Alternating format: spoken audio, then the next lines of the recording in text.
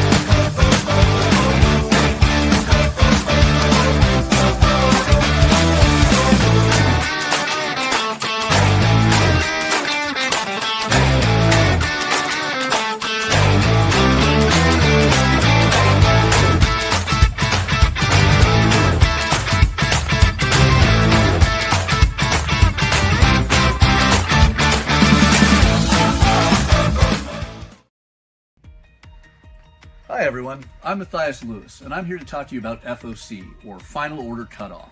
It is the last chance that we, the comic retailers, have to finalize our orders for comics releasing roughly 3 to 6 weeks out from the Mondays we finalize our orders. We deal with this every Monday, but this is important to you, the consumer, because it is the perfect time to reach out to your local comic shop if you want any specific or guaranteed items. If you want the Jim Lee or Dan Mora covers of Justice League Unlimited, reach out to your local comic shop and let us know. If you want the new issue of Lilo and Stitch, this is the perfect time to tell us. Because as long as you can get us the orders before Monday at 6 p.m. Pacific Standard Time, that will give your local comic shop retailer enough time to finalize that order, adding in whatever it is you want, so they can guarantee when it releases, we have a copy set aside waiting for you. So, always reach out to your local comic shop before 6 p.m. on Mondays with the comics you want. The sooner, the better, to guarantee they're waiting for you. And we have some incredible comics on FOC this week, ending Monday, December 15th. I'm excited about this. It's going to be some weird conversation, but I think that makes the best show. Well, and it's a little bit of a lighter week again. Because again, we have skip weeks, we have holiday, that kind of stuff.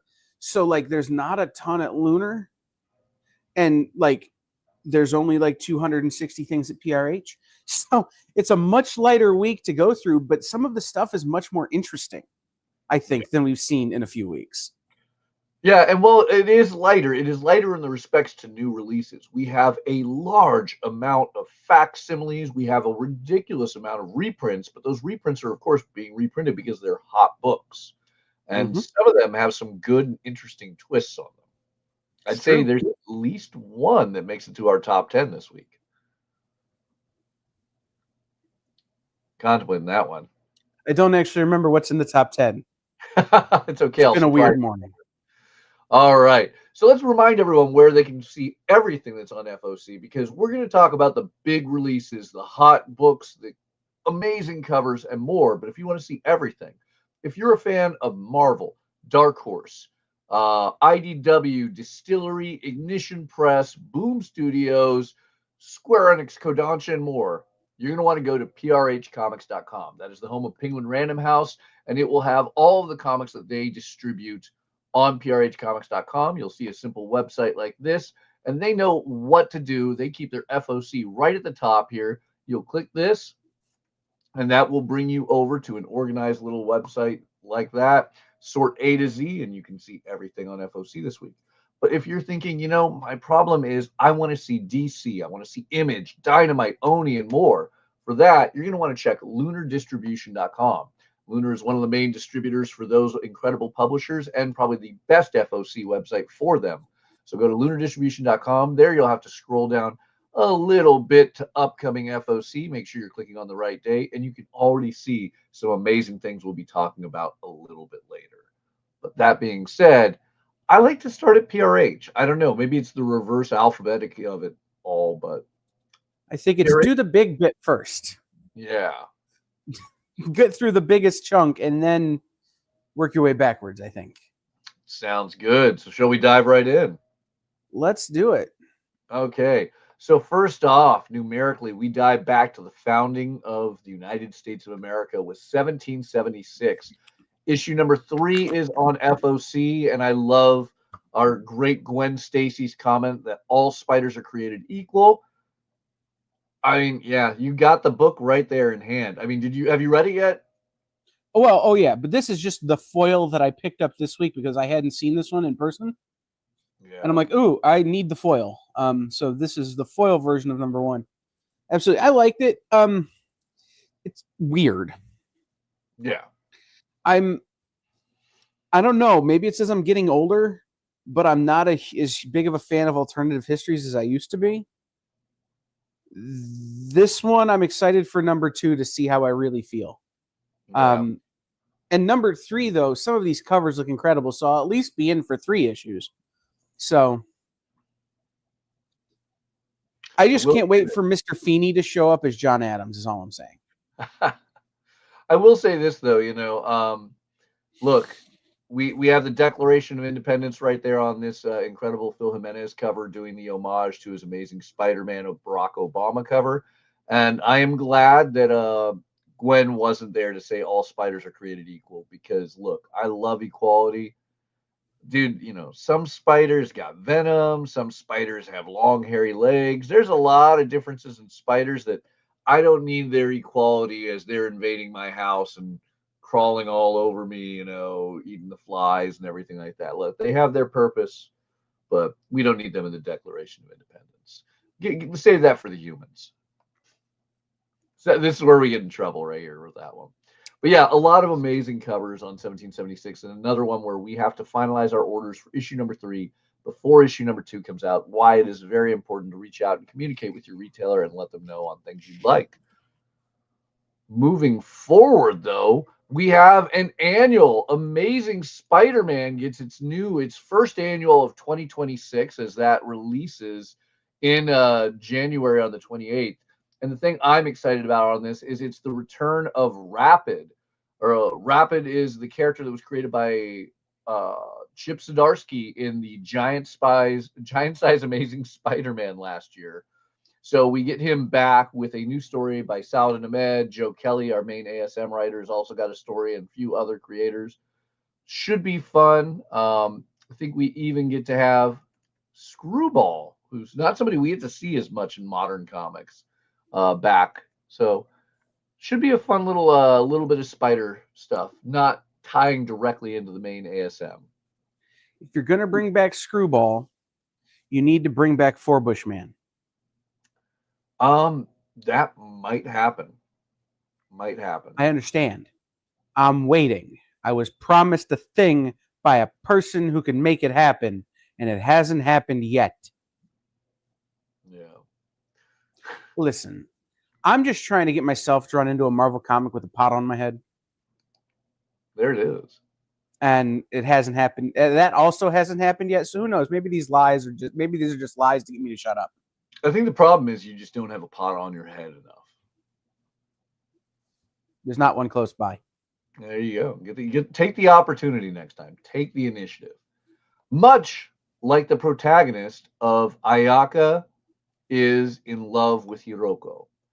Ayaka is in love with Hiroko is one of these really cool mangas that started out on Twitter. And that's kind of a weird growing phase in Japanese comics. We're seeing creators that start self-publishing themselves on Twitter. Things like Smoking Behind the Supermarket with You, one of my absolute favorite manga ever, and is a new release on FOC this week. Ayaka is in love with Hiroko is the story of a young woman who is obsessed with her boss. Unfortunately, her boss seems to completely miss every advance she makes. This blew up on Twitter, is now picked up for English release in Tokyo Pop, but it led to a big manga release in Japan. And I like that we're seeing this. I'm waiting for such a similar thing to happen in America. We're seeing things like, web comics, now webtoons that develop into big comic releases. And sometimes will get readership far beyond Marvel and DC releases. But this is something that we're particularly seeing heavily in Japan, and I'm hoping to start seeing in America. I really would love to see people finding new ways to break into the medium of published sequential artwork. It's happened in places that I know of. Like, again, R.L. Stine was writing some of his what would go on to be the Goosebumps comic book as just prose horror that he was posting on Twitter. It wasn't necessarily designed to be like a comic book like this was. Like this was intended to be this form, right? That was just a guy writing stories. You've had some other writers who have had stuff adapted into either movies, film, or prose novels that were short form, back in the 160 character days, concepts. So we've had it happen, but not quite like this. And I think this is a really important step to take. All right, I got to go back to that one. I'm hung up because I know you personally know R.L. Stine. Did you say R.L. Stine's Goosebumps started on Twitter? What would go on to be the Goosebumps comic books. Oh, the Goosebumps comic books. From 2017, 2018. That makes more sense. All right. Yeah. Not like they had stopped publishing the novels, like they were just republishing the old ones. And he was on Twitter just writing 160 character scary stories. Okay. And those are what eventually fed into what would become the comic books. Yeah. All right. So on that note, obviously we just talked manga. I got to talk about Blue Lock 27. If you're not reading Blue Lock, you need to prepare yourself for the World Cup with perhaps the greatest soccer/football manga ever made. But let's talk about something that's a bit more all ages. And for that, I got to turn to you, Kyle. The Boy Who Cried Robots. So The Boy Who Cried Robots is a book from a series of books, and you can see it in the corner of the cover. I like to read comics. I like to read comics as like an umbrella for a bunch of books, including things like Wiggler's Big Joke, which is also on FOC this week. Wait, a Minotaur. Tate Tuber's Space Spud. A lot of these really fun all ages graphic novels that are out there. This is a modern play on The Boy Who Cried Wolf, except it's The Boy Who Cried Robots. The main character claims that there are aliens and that they've named planets after him, that his bathtub is full of alligators, that a monster ate his homework. But when robots show up and attack his house, because he's always exaggerating stories, nobody really believes him. So it's The Boy Who Cried Wolf, but with robots. I love it. I do love the I like to read comics brand, because as a parent, trying to get your kid to read sometimes can be a little bit harder. The various books out there that use popular licensed characters and others to convince kids to read prose are amazing tools, and they're often available through Penguin Random House to comic shops. But they're prose. This is sequential art. This is a comic book, and I love that. So this is teaching kids to read with the thing that we all adore. The reason I imagine if you're watching this, you love comic books. So you get to see sequential art with basic word structures and sentences that make it easy for people who are learning to read or perhaps learning to read English to pick things up. Yeah. This one, it says, is written at about a second grade level. It's perfect for second graders. But if you have a younger kid who's maybe a little bit more of a advanced reader, because you've been reading comic books with them since they were 2.5, me. Anyway, like they might be able to pick this up a little sooner. Or again, if you have somebody who struggles with reading, well, now you've got a comic book. You've got this story that even if you're not reading the book with them, you know how the story goes. It's The Boy Who Cried Wolf. We all know it. Like that you can help them understand what's happening without having to sit there necessarily with them and work it all out. So it's a good mix. Absolutely. It is available in hardcover and softcover, so you can let your retailer know which one you want. Or if you are a retailer looking to stock this in an expanding young readers or new readers section, there are multiple ways to do so. Now, I mentioned there are a lot of reprints and facsimiles on this week's FOC, and they are some of the best books.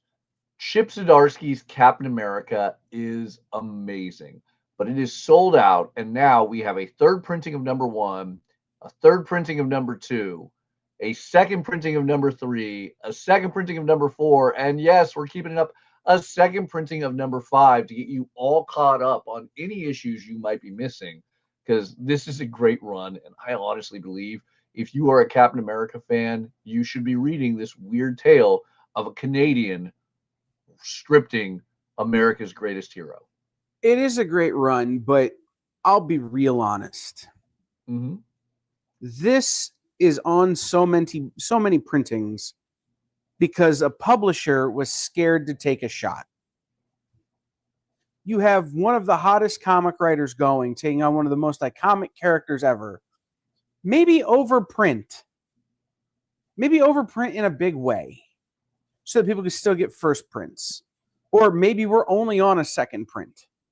You know, this was somebody being conservative and trying to save $1 that now it looks like, yay, we've got all these massive sales and we're on to the 75th printing of this book. You don't have to be. Like, you could just say, we're still selling number ones at a record rate. You know, we're still selling first printings at a record rate. There is a way to do this that isn't this. I will say I could get caught in this conversation for hours. I really could. And I will just quickly speak my piece. I think it is also more than just a financial conservatism because this is Disney, this is Marvel. They have the money to spend, but they sometimes have to argue the point that they are doing well. And by printing to demand, which is basically what is happening, is they're getting the orders in at final order cutoff and printing barely above that total.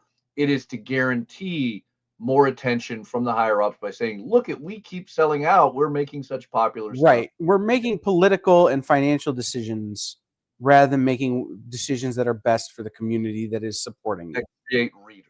Yes. Right. And that's what it should be, because the problem becomes, for those of you guys watching, you are our ideal customers because you let us know as retailers what you want to order, how much you want, what covers, and we can guarantee you your items. But the average person that walks into a store and perhaps isn't as knowledgeable as you, this is a great reason to put the show in front of them so they can guarantee they get their items, but they might miss out because a store might not order enough on the wall. It does sell out, and you're waiting for these later printings. All that said, I do believe number one would have been on a second or third printing anyway. They could have printed 500,000 copies and they'd still have sold out. It was that good. So on that note, let's talk about some more things that are hitting, second printings. Daredevil, Punisher, The Devil's Trigger. Oh my God, Jimmy Palmiotti is just, I am so glad he is writing as prolifically as he is in this modern era, because I am loving everything from Elvira meets Harley Quinn, which we'll be talking about Elvira and that title a little bit more later. But Daredevil and Punisher, this is awesome. And he's got two Punisher stories currently coming out. He not only has Devil's Trigger, but he has our Marvel Knights Punisher on top of that. And you scrolled past it, but something that's going back to press that has been out of print for a while is the Daredevil Modern Era Epic Collection, the Murdoch Papers. Yes.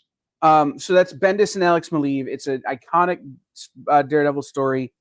You're going to recognize it if you've watched television at all. It's an important story. It's been out of print for a while. It's the Epic Edition. It's $50. It's a ton of books. It's Daredevil from 1998, 66 through 81.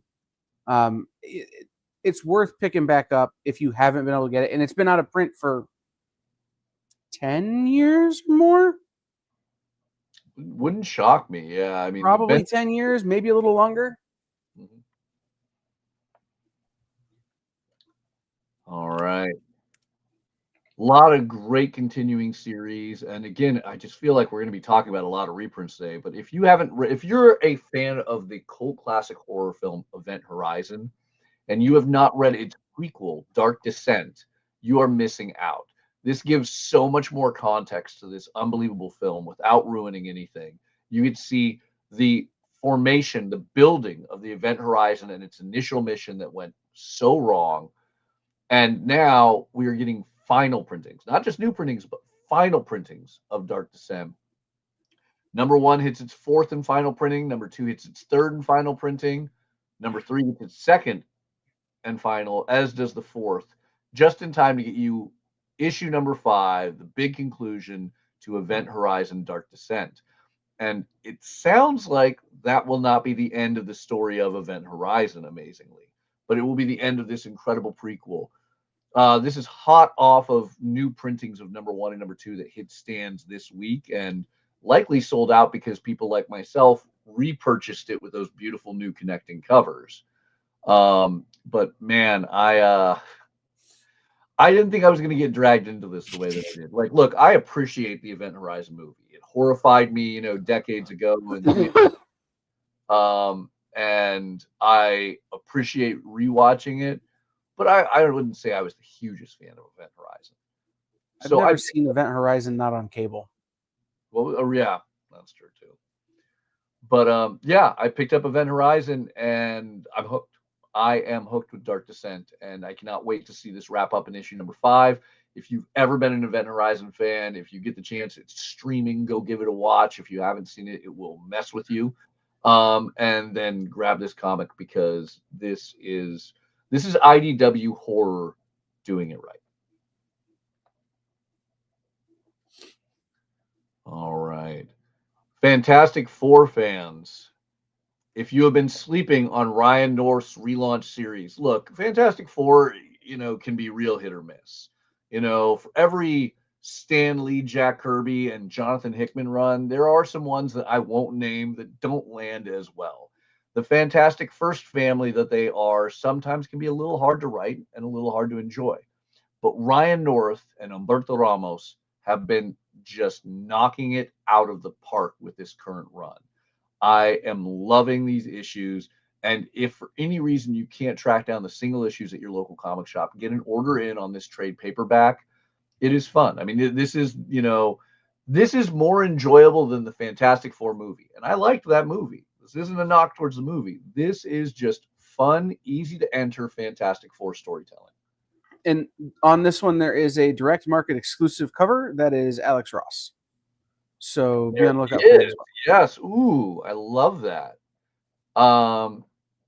Wait, is there? Yep. It was just. No. You're looking at the Dan Slott omnibus. Oh, is that the Dan Slott omnibus? That's the Dan Slott. Yeah, because I was a little confused. I'm like, why is the Thing's marriage to his wife on that cover? That happened in the previous volume. So yes, if you do want more Fantastic Four, we do have the previous volume, Dan Slott's volume, in one massive hardcover omnibus. That one is a fun one. There's a lot of major moments. Obviously, you're getting the wedding of the Thing. You're going to get some crazy moments with Dr. Doom. You get a lot of fallout post Jonathan Hickman's Secret Wars in there. So it is a great one. But I feel that one is a lot more continuity heavy. So for you hardcore Fantastic Four fans, that will tie them more directly into the Marvel Universe as a whole. If you want more of a standalone Fantastic Four, you want the Ryan North. Yeah, that was my bad. Is I'm looking at what I ordered. Yeah, I didn't order the Ryan North one because I have all the singles. Yeah, I did order the Dan Slott one. I'm like, wait, why didn't you talk about the direct market one? Oh, yeah. I mean, it is a beautiful Alex Ross. It just says direct market trade on my list, or Fantastic Four trade direct market on my list. So, yeah, my bad. No worries. Yeah, I want to show that cover off. That is a beautiful, beautiful cover. And it hits all those key moments. You have the two greatest characters in Marvel, Namor and Dr. Doom, on there on opposing sides. It's good. Are you trying to get a rise out of me saying Namor is one of the greatest characters in Marvel? I will fight someone over that. Namor, who appeared in Marvel Comics #1? Who appeared in Marvel Comics #1, Kyle? Not the same Namor we have now. What do you mean? That was Namor McKenzie himself.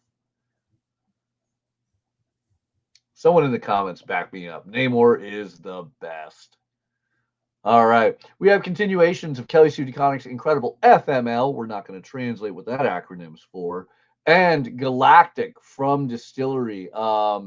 Kurt Pierre's kicking butt on this, so I have to point it out. I love the Empire Strikes Back style homage cover that Maxi Dallo is doing on cover D. But let's talk about crazy manga titles, because that is one of my favorite things to dive into. One of these days, we're just going to do a show that is just crazy manga titles. But let's talk about Get Married So I Can Curse Your Firstborn and Finally Be Free. Kyle, I know you were excited about this, but can I take this, or do you want to take this? Absolutely. But you guys, it's an interesting manga.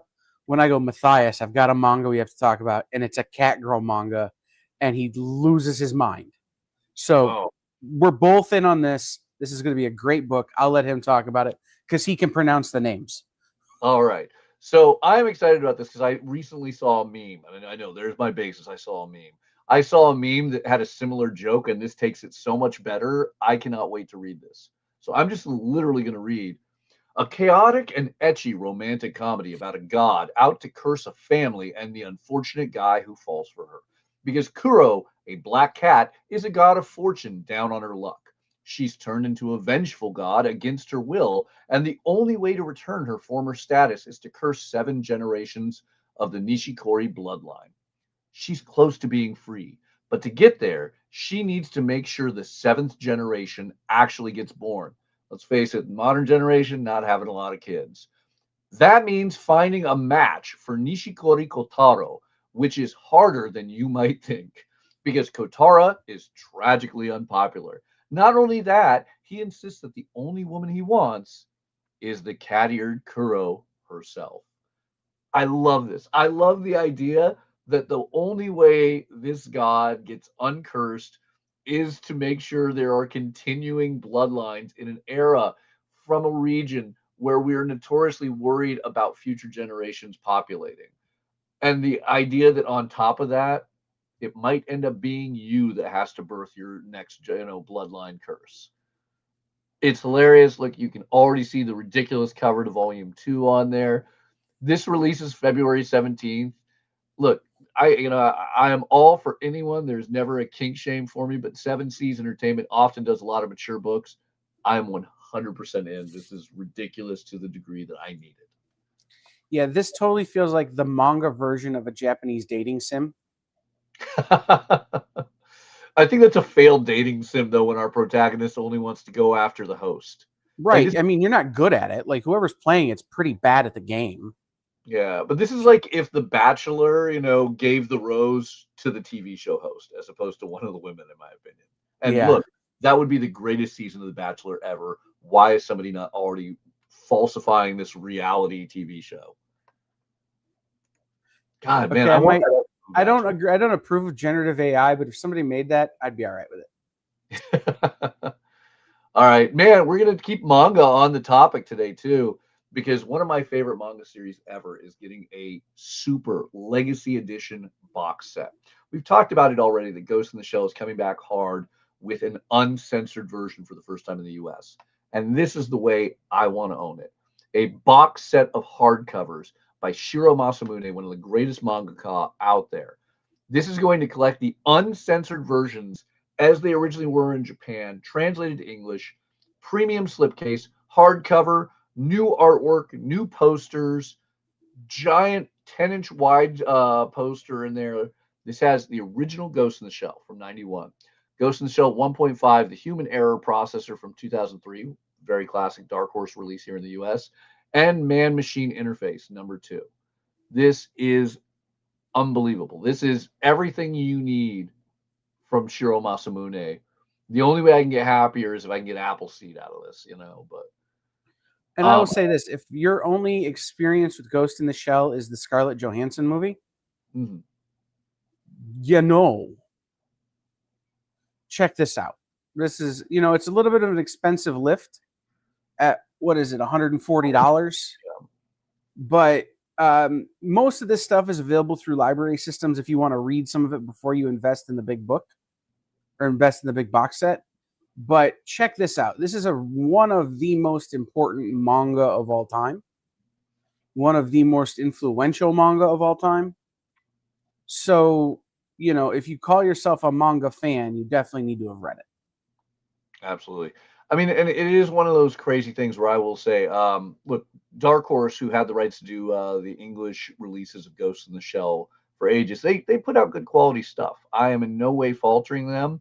I still love Dark Horse for their amazing quality of art books, but this is something that Kodansha had to do. And having seen them already do this with Akira, I have absolute faith that this is going to be amazing. So I am very excited on that.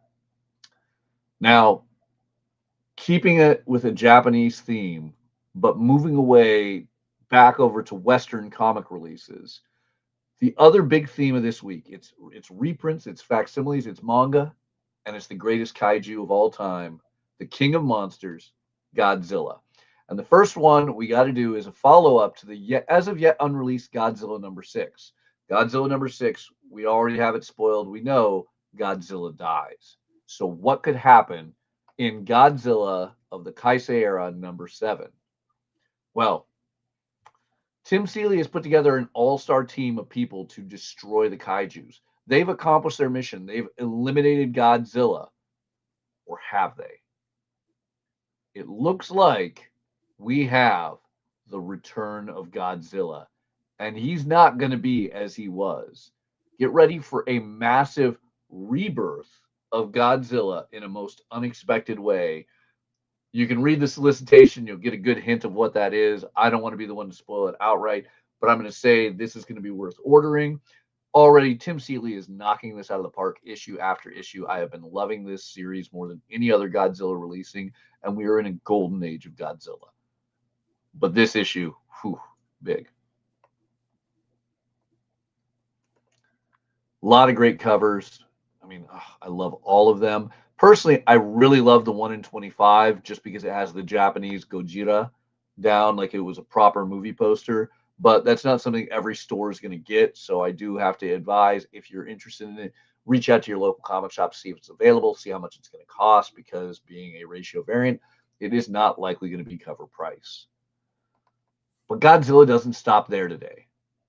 Godzilla also reaches a big new climactic event in the Marvel Universe. After Godzilla destroys the Marvel Universe, we're going to see Godzilla propelled into space. Because clearly that seems to be the answer of the Avengers, the Fantastic Four, and so much more, is just kick it back into space. You know, Galactus, who cares? Kick him into space. Oh, the King in Black, who cares? Kick him into space. Clearly someone else in space can deal with this problem. It will never come back to Earth.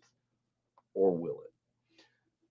With Godzilla, we have the Infinity Roar, as Godzilla is kicked into space and meets up with Null, the god of symbiotes. And we now have a venomized Godzilla wreaking havoc through the intergalactic Imperial forces, the Shi'ar Empire, the Skrulls, the Galactic Empire of Wakanda. They will all have to deal with a symbiote infused Godzilla. Tell me that doesn't excite you, Kyle. I would much rather have a Flash Thompson infused Godzilla, anti-Godzilla, or Agent Godzilla. Agent Godzilla, but no. Listen, I've been saying for a long time that the best Godzilla is the Godzilla with the symbiote suit and fighting Spider-Man. But I'll be honest, I never thought the day would come where I'm like, enough. I'm a little over the Godzilla, all the Godzilla. Like, I want Godzilla, the Kaisei era stuff. It's so much better than everything else. It is. I won't deny that. This is going to be a lot of fun. But, like, once we're done with this story, can we, like, let Godzilla have a break and do, like, you know, Venom-infused Mothra or, you know, Venom-infused Godzuki? Somebody, like, you know, King Ghidorah with you know, the spirit of Null inside it. Mandarin ring. Let Godzilla sleep. Like, is all I'm saying. Give him a break. He needs to go on vacation. He needs to go to the beach in Hawaii and take a chill pill. You know, that being said, look, I do agree Godzilla needs a break, you know, outside of the Kaisei era stuff, where he does have a break, being momentarily deceased, at least momentarily. Right. But I will say, I would totally follow this up and read the Marvel Swimsuit Godzilla edition. Sure, if we do something fun again, where it's like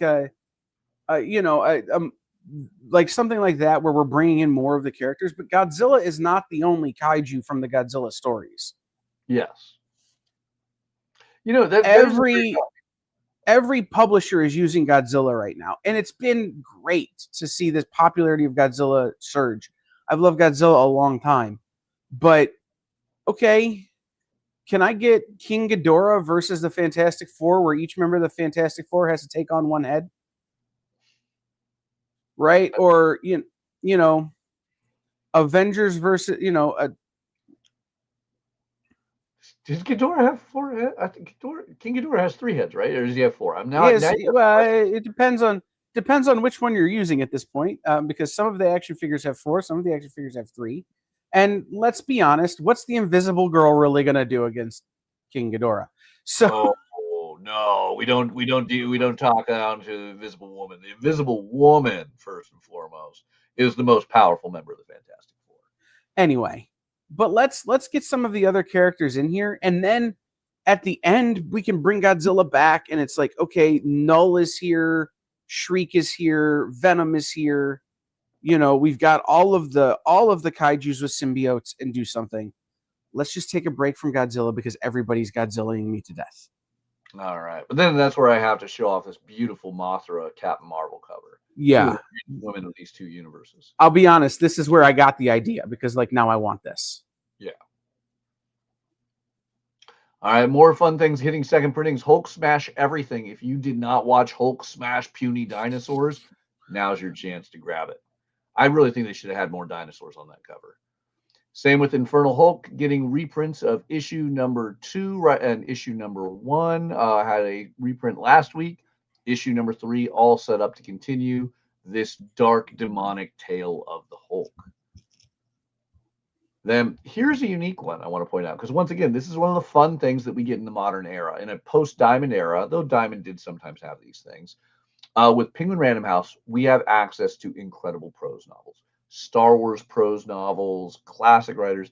But as we're preparing for the newest spin-off of Game of Thrones, A Knight of the Seven Kingdoms, George R.R. Martin's Tale of Dunk and Egg gets a new available option in your store, because you know how I was introduced to the great Sir Duncan and Aegon Targaryen?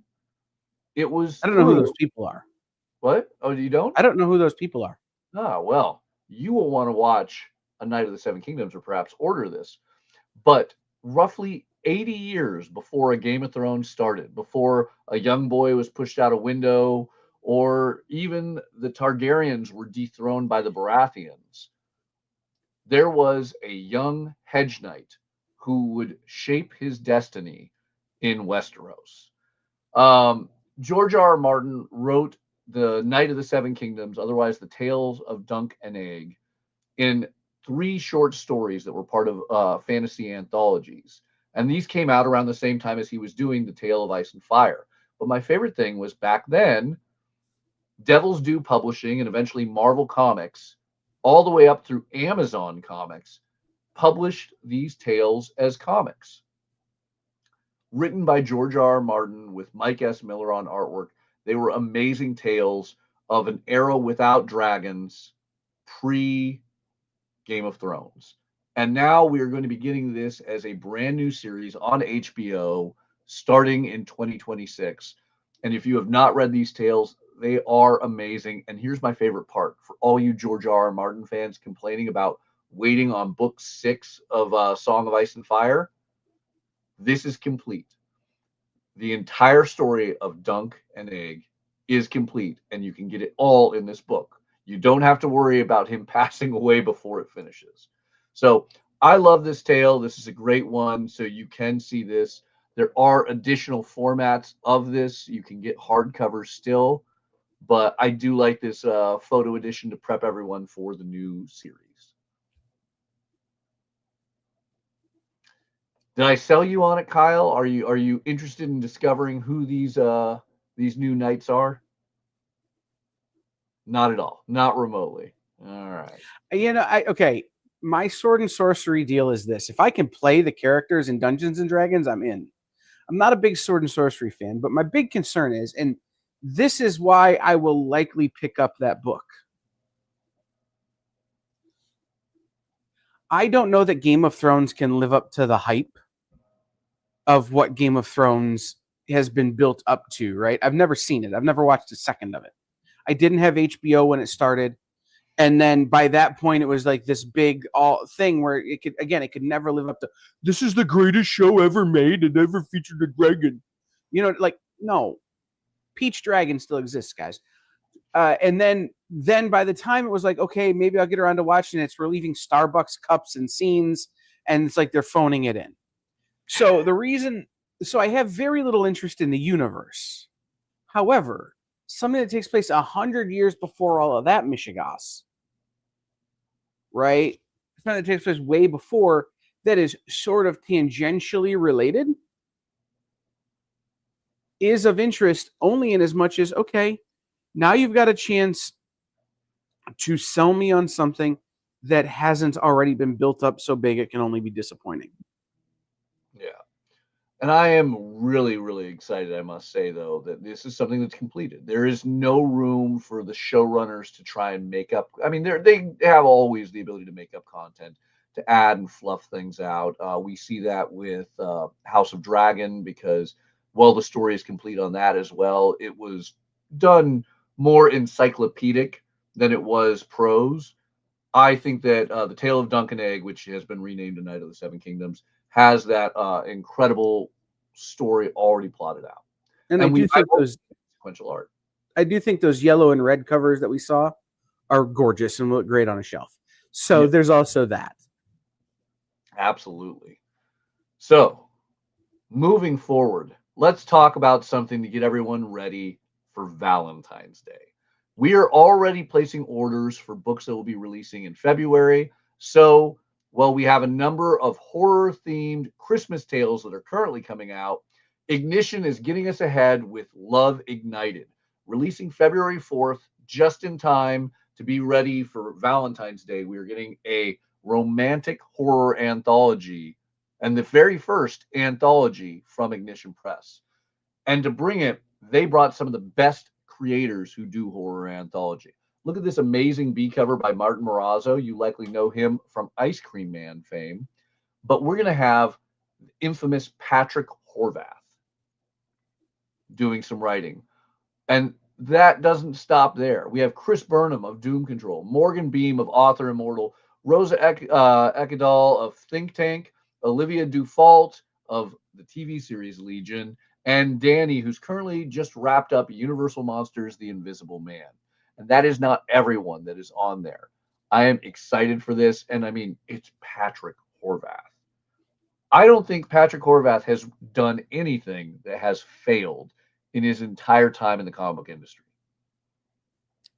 It's true. Although I will say my pick on this one is the David Talaski cover, which is the C. It's the 1 in 10 variant.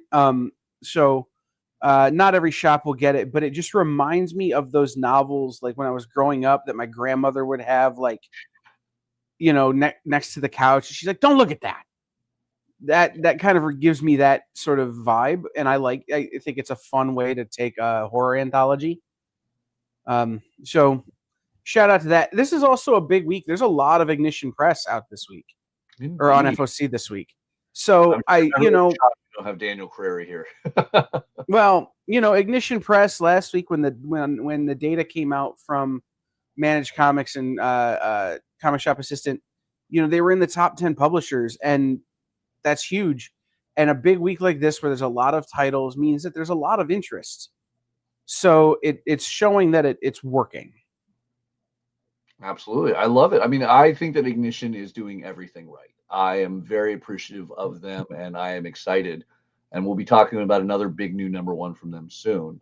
Well, but first, and there was some big news this week about Jeremy Hahn's The Beauty on FX as well. So, like, there's a lot of energy going that direction right now.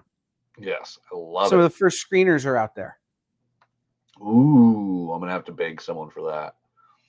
But meanwhile, TV show that gained a lot of success on Disney Plus that we all are hoping comes back for a second season. The character has never slowed down. Mark Spector. The Moon Knight was the Fist of Khonshu. Now we get a relaunch series with our same beloved team of Jed McKay. It is Mark Spector Moon Knight getting a relaunch. I hate to say it's kind of old hat at this point. It's going to be the same fun with a brand new relaunch. But if you were waiting to hop into Moon Knight, here's a good, easy way to do it with a new number one. Mark Spector Moon Knight number one. We have the incredible EM just doing this amazing cover as Mark Spector has been kidnapped. Who kidnaps Mark Spector? You know, not only a madman, but the Moon Knight, the Fist of Khonshu. Let's see how this one goes. I think Jed's been doing a great job with this series. I just don't see a reason to relaunch it, but hopefully it does give people an opportunity to hop on.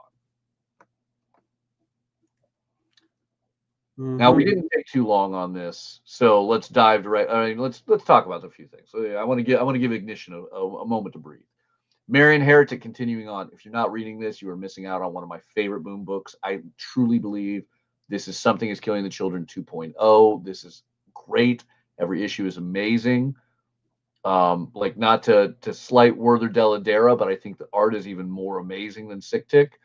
And I love Sick Tick. So Marion Heretic, if you are not checking this out, please go track down issues 1 through 3 at a store and get your orders in for number 4. Marvel Zombies, adding the symbiote love. I mean, look, the King in Black cannot be escaped going into 2026.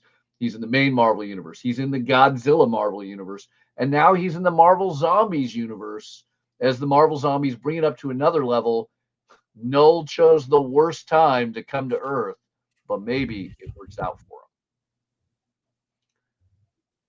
I mean, I don't know. What do you think? I'm behind on this series. So I have 1 through 3. Yes. Yeah, I have 1 through 3 sitting over here, and I haven't read them yet. I think I'm going to wait for this issue to start. I mean, that sounds like a really good way to binge it. I think I'm going to wait for this issue to start just because this sounds like such a great sort of cliffhanger.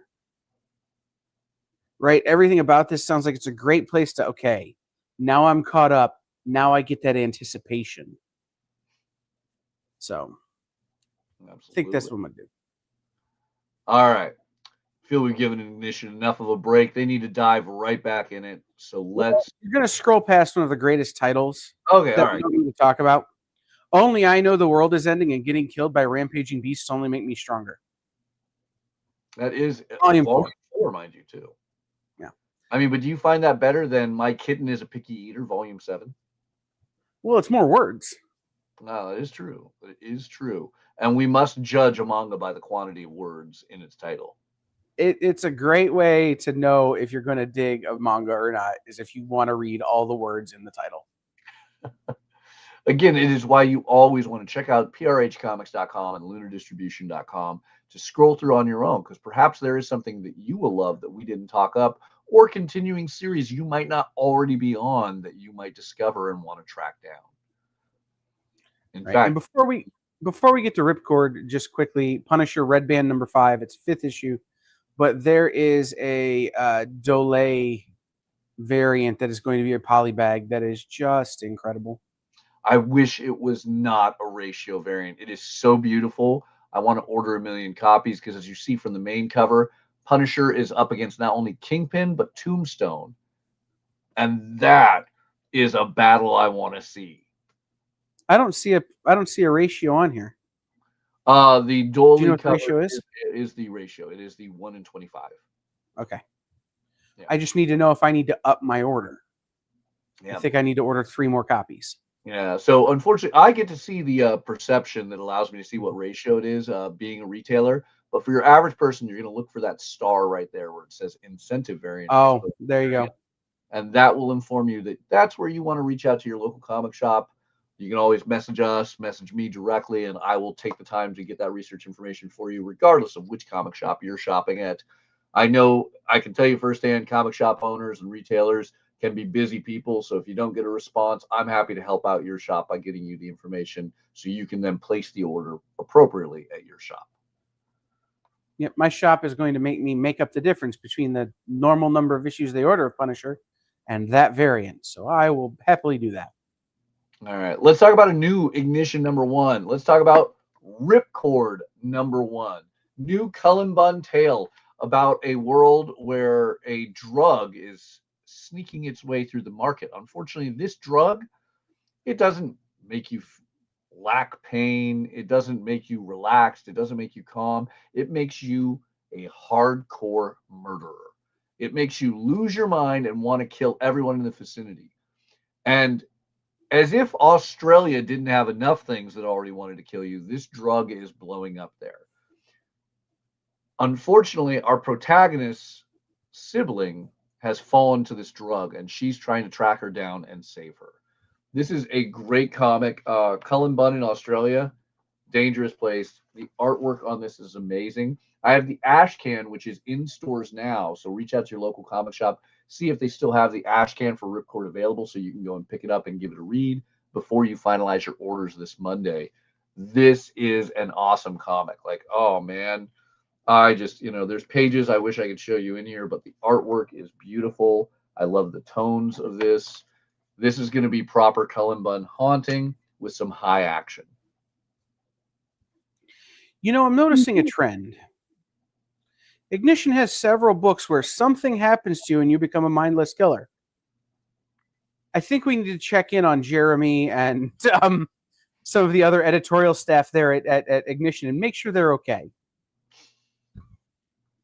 It is a deep cry for help. Yeah, and by the way, every time they do a book like that, they've been fired. Murder Podcast, this, the Roots of Madness even is fantastic. So, like, again, I'm not saying they're doing a bad job of it. I'm just saying, hey, are you guys all right? Yeah. Obviously, I got to point out, Somebody? Smoking Behind the Supermarket with You, Volume 6. I've talked it up enough on the show. It is one of my favorite manga ever created. Hands down, one of my favorite ones ever created. Jinuishi did a great job. Also, starting this comic on Twitter. So, Volume 6, things start to get a little bit more revealing. So, pay attention.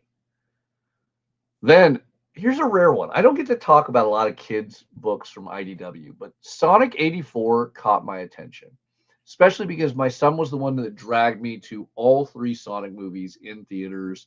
I enjoyed them, and if you got a chance to see Sonic 3, you saw the big reveal at the end with Metal Sonic and some other additional characters that are preparing us for Sonic 4.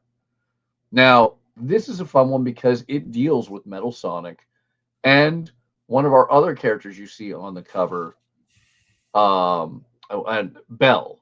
So we get everyone. We get a Dr. Robotnik team up with Sonic the Hedgehog to track down Metal Sonic with the aid of Bell, Sage, and others. This I think is going to be a fun one. It will be a unique story, and I think it is a little bit relevant with where we currently are for fans who've been enjoying the Sonic movies. So just like when we got to see a lot of shadow content appear when movie 3 hit theaters, I think this could be a little prep work for those of us waiting for Sonic 4.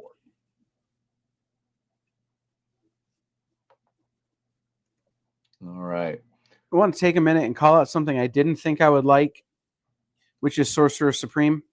Yeah. I didn't think that was going to be for me, and I really get angry when I look at the trade dress. The design is not fantastic, but the book itself is. Yes. I was after it's Doom is going to be the Sorcerer Supreme, and who is the Sorcerer Supreme? I was getting tired of playing that game, and then this series hits, and it's like, all right, I'm back. Yeah, I really enjoyed #1. I'm not gonna lie, I like Prominix's cover, which was the promo art where everyone's wearing the infamous robes of Doctor Strange. I can never remember what the name of the robe is. I'm sure you've got this. Oh no. Yeah, but everyone's rocking it there in that promo artwork. Obviously not what came to fruition because we know the Scarlet Witch is our Sorceress Supreme.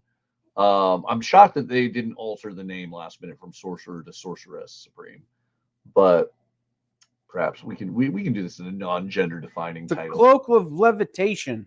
The Cloak of Levitation. It doesn't have a proper name, really interesting, but some great. What, I mean, like Charlie? Yeah, I was hoping, Charlie, the Cloak of Levitation. You know what? Having that little comma there changes it. It's from now on for me forever, Charlie, the Cloak of Levitation. Headcanon accepted. I love every single cover on this book. It drives me nuts. I'm going to be sad to inform you, none of these covers made it into the top 10, but I love every single cover of this book, and I almost put all of them in there. From the incredible cover that I already mentioned that Promenade did, Frizen's cover, amazing. If you look at Ferrari's, is haunting as you have Hela and the gate being made up by the Sorcerer Supreme. You have this unbelievable Nimit Malavia that just looks like a stunning tarot card. Russell Dodderman, like every bit of this, every single. Is there a cover you don't want on that, Kyle? There's one. Is it the Promenade? No, it's the incentive. I just don't want to have to jump up to meet the incentive. That's fair. But it's a beautiful cover. Even I want it, but I don't want to have to order like a dozen extra copies for my shop. Yeah. Well, all sorts of fun stuff. Now, here's a manga adjacent piece. You likely know Spy X Family, and you likely know that Spy X Family is normally a Viz manga release. Tokyo Pop, however, is releasing scratch cards, and the one that excites me is the activity book. An activity book so you can participate in the fun of Spy X Family, the super popular anime and beloved manga series. Here you can decode, do mazes, have games that will be fun, and I think they're fun for all ages. So this is an interesting one.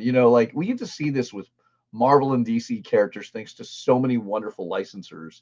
You don't see that often with manga. So I think this could be fun. It could be an exciting way to get some kids into manga, or vice versa, to get some manga fans and anime fans to try doing more stuff with physical medium, which I will always adore. All right. I'm a huge Lower Decks fan. I don't know if you're a big Star Trek Lower Decks fan. I mean, for anybody who pays attention to my Moopsie hidden back here, Lower Decks is great, and it bums me out that we don't have any more seasons of Lower Decks in the foreseeable future. But if you need some great Lower Decks fun, Star Trek Shaq's Best Day and Worst Day is one of the most affordable trade paperbacks you're ever going to get.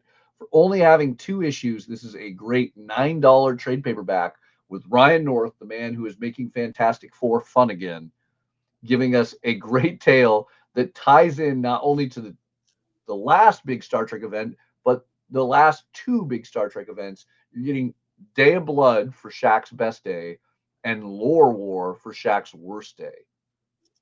All sorts of fun set in the Lower Deck universe with those characters.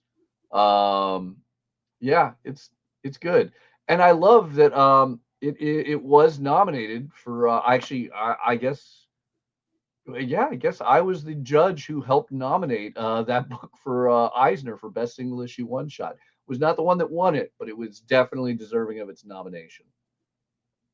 Yeah, so that is fun. But that is all I have. There's one more, and I think they're on PRH, which is the Twilight Zone. Yes. It's Twilight Zone number 4. It's my brain just went blank on what the words I was going to say was. Nate Powell, written and drawn, all of it. But I was going to say it's been really cool to read the Twilight Zone and have it feel like Rod Serling Twilight Zone, right? The only thing I was going to say and add to it, if you're loving the Nate Powell stuff, that when this run is up, whenever this ends, maybe, just maybe, IDW, consider letting the person who's going to be our special guest on the show today have a stab. I would adore that. I would absolutely adore. He would be an ideal candidate for writing a Twilight Zone. Yeah. Mm-hmm. Just throwing it out there. Again, call me if if you need people who have ideas like this, but like you don't. So I'm just throwing it out there. Our special guest on the show today would be a great writer for the next volume of this if Nate doesn't want to do it. Absolutely. I have to show off 2 Teenage Mutant Turtles things because, like I said, there's a Godzilla theme. He's in the Marvel universe. He's in his own universe, and he's even in the Turtleverse with the 3rd issue of TMNT Godzilla. We might have our special guest might have a few words about TMNT as well. Not to mention the fact that we have the Battle Nexus continuing on with issue number 4. It is annoying that we have to finalize orders for a 4th issue on a book where we haven't had the 1st issue release. But that said, I have nothing but the highest hopes for this series. So again, if this is something you're excited about, you want to see every version of the Teenage Mutant Turtles in one book battling out in an epic fight, please let your local comic shop know that you want to continue ordering TMNT Battle Nexus number 4, even though you don't yet have issue number 1. What were you thinking, IDW? There's one more that I just realized we didn't talk about that I thought for sure we would. Back in print after 25 years, your code name is Jonah. The Choose Your Own Adventure books, they're all coming back into print. They're, the classics that we read as kids, right? Choose Your Own Adventure, make your own ending. Your code name is Jonah. Last year they re-released, what did I have it here? The Cave of Time. They did a retro box and The Mystery of Chimney Rock. In the new year, we can look forward to Codename is Jonah, Who Killed Harlow Thrombey, and The Spy for George Washington, which was the first Choose Your Own Adventure book I ever read, was Spy for George Washington. So those being back in print, again, it's a nostalgia thing for people like us. But again, for those younger readers who are looking to kind of get into sci-fi or looking to get a kind of enhance their reading level, this is great for that. Yeah, absolutely. All right. Let us venture over to Lunar Distribution. A lot of great things coming out from DC, Image, Oni, Dynamite, and more this week on FOC. So remember, Lunar Distribution, scrolling down to upcoming FOC. Make sure you're on the right date. This is for December 15th stuff. And as we're waiting on our guest still, right? Yep. Let's talk about Absolute Batman. Absolute Batman has blown up. Scott Snyder and Nick Dragotta have brought a powerhouse that is actually dethroning what is considered normally the #1 selling comic book in the industry, Batman. Absolute Batman defeats the main universe Batman in sales and is now getting a 10th printing, which arguably I'm going to call the 11th printing because there was the Batman Day Absolute Batman printing that is not considered part of the numbered printings. So we have a new 10th printing with a color alteration on the A cover that was originally released a little over a year ago. And we have that, or a little over 2 years ago. Oh my God.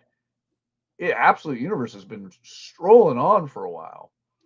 But then we also have Absolute Batman #1 getting a new cover by In-Hyuk Lee that just really reflects how massively wide and big this beast of a Batman is with his giant, wide-chested battle axe. Right. In the last hour, I complained about underprinting on stuff. This is one of those where you were on the 10th printing because every printing keeps selling better than the previous printing. Like, this book just will not stop. So as much as I was kind of bemoaning the way they handled Captain America, I'm celebrating this one. Because, again, you don't get to 10 printings without having done something incredible. And that's what they've done here with Absolute Batman.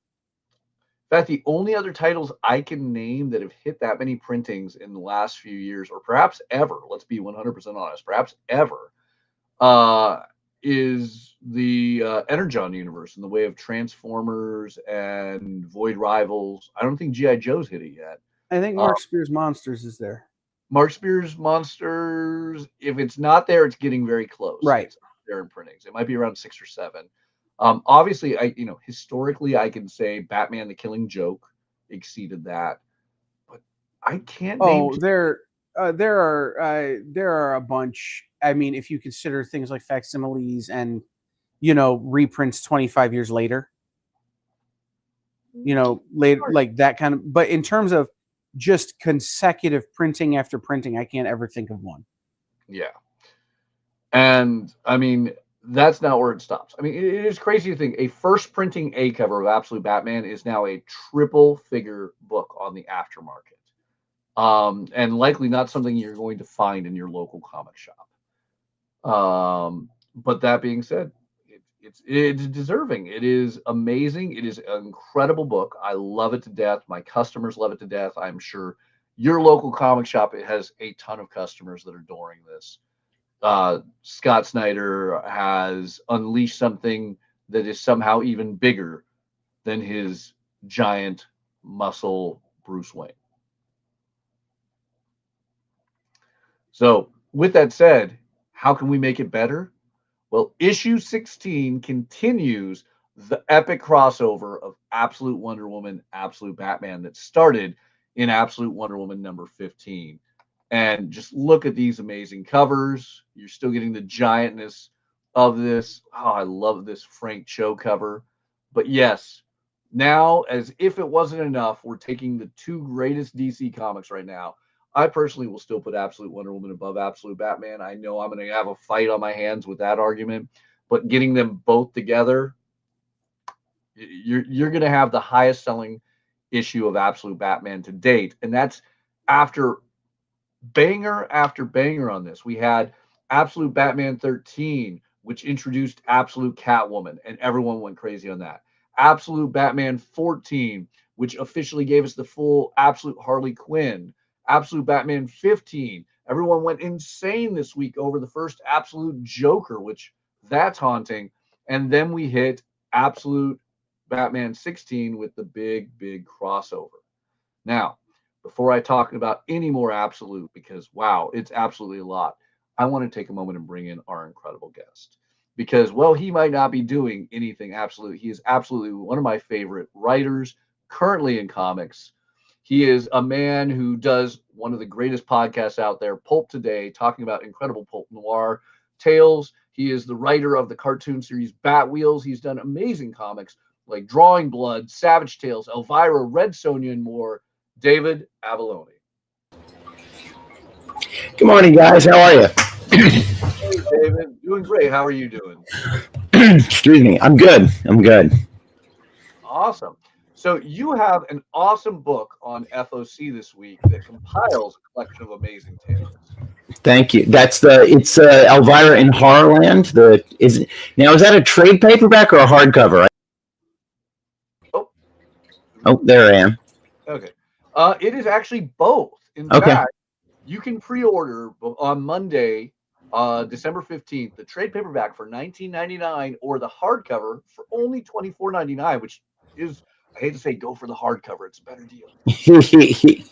Yeah, it was such a fun book. It's an idea that when I came up with this as an Elvira premise, I was like, oh, why didn't I think of this first? This is like the most obvious thing to do with her. The basic setup is in the last issue of Elvira Meets Vincent Price, we discovered something that I call the multiverse of movies, which is that every movie, every TV show has its own parallel universe where the story just tells itself over and over and over again.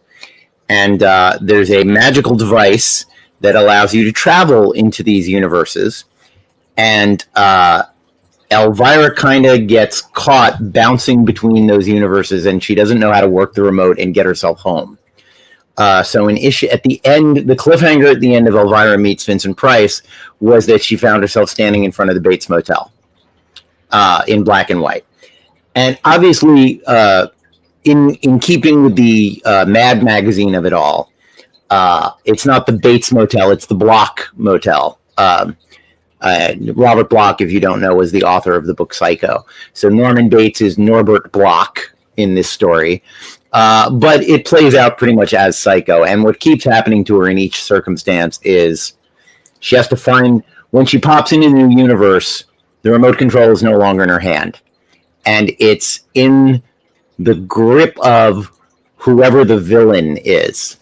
And in each story, she has to sort of figure out, so where is that?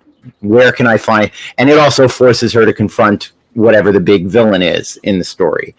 And just as an example, so the first issue is Psycho. The second issue is The Shining, which honestly, if you've seen The Shining, not to break my arm patting my own back, but I think that issue is the funniest thing I've ever written. Excuse me. I've read plenty of things funny, but The Shining issue is my favorite one because it's just, I love that movie, and it is also incredibly easy to make fun of. And then the third issue is the Alien issue. The fourth issue is Freddy Krueger, in which she bounces between 3 Nightmare on Elm Street movies. And because I'm a snob, they're only the Wes Craven ones.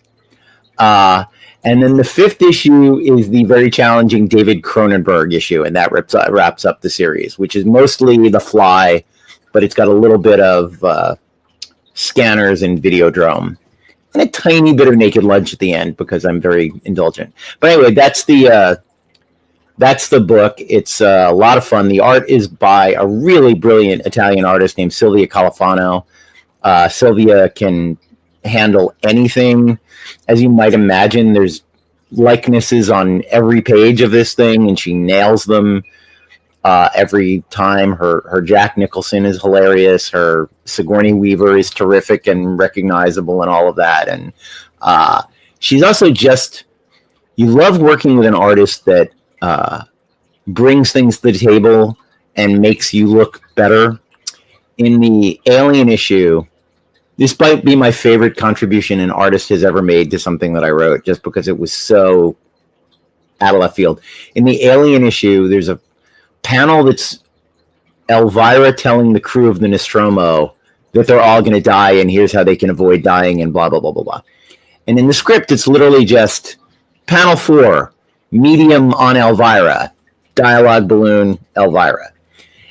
And when Sylvia sent me that page, the image behind, instead of the background of the crew assembly area of the Nostromo, what's behind her is a Pac-Man screen with little heads of the cast of Alien in it and a big Pac-Man xenomorph chasing them.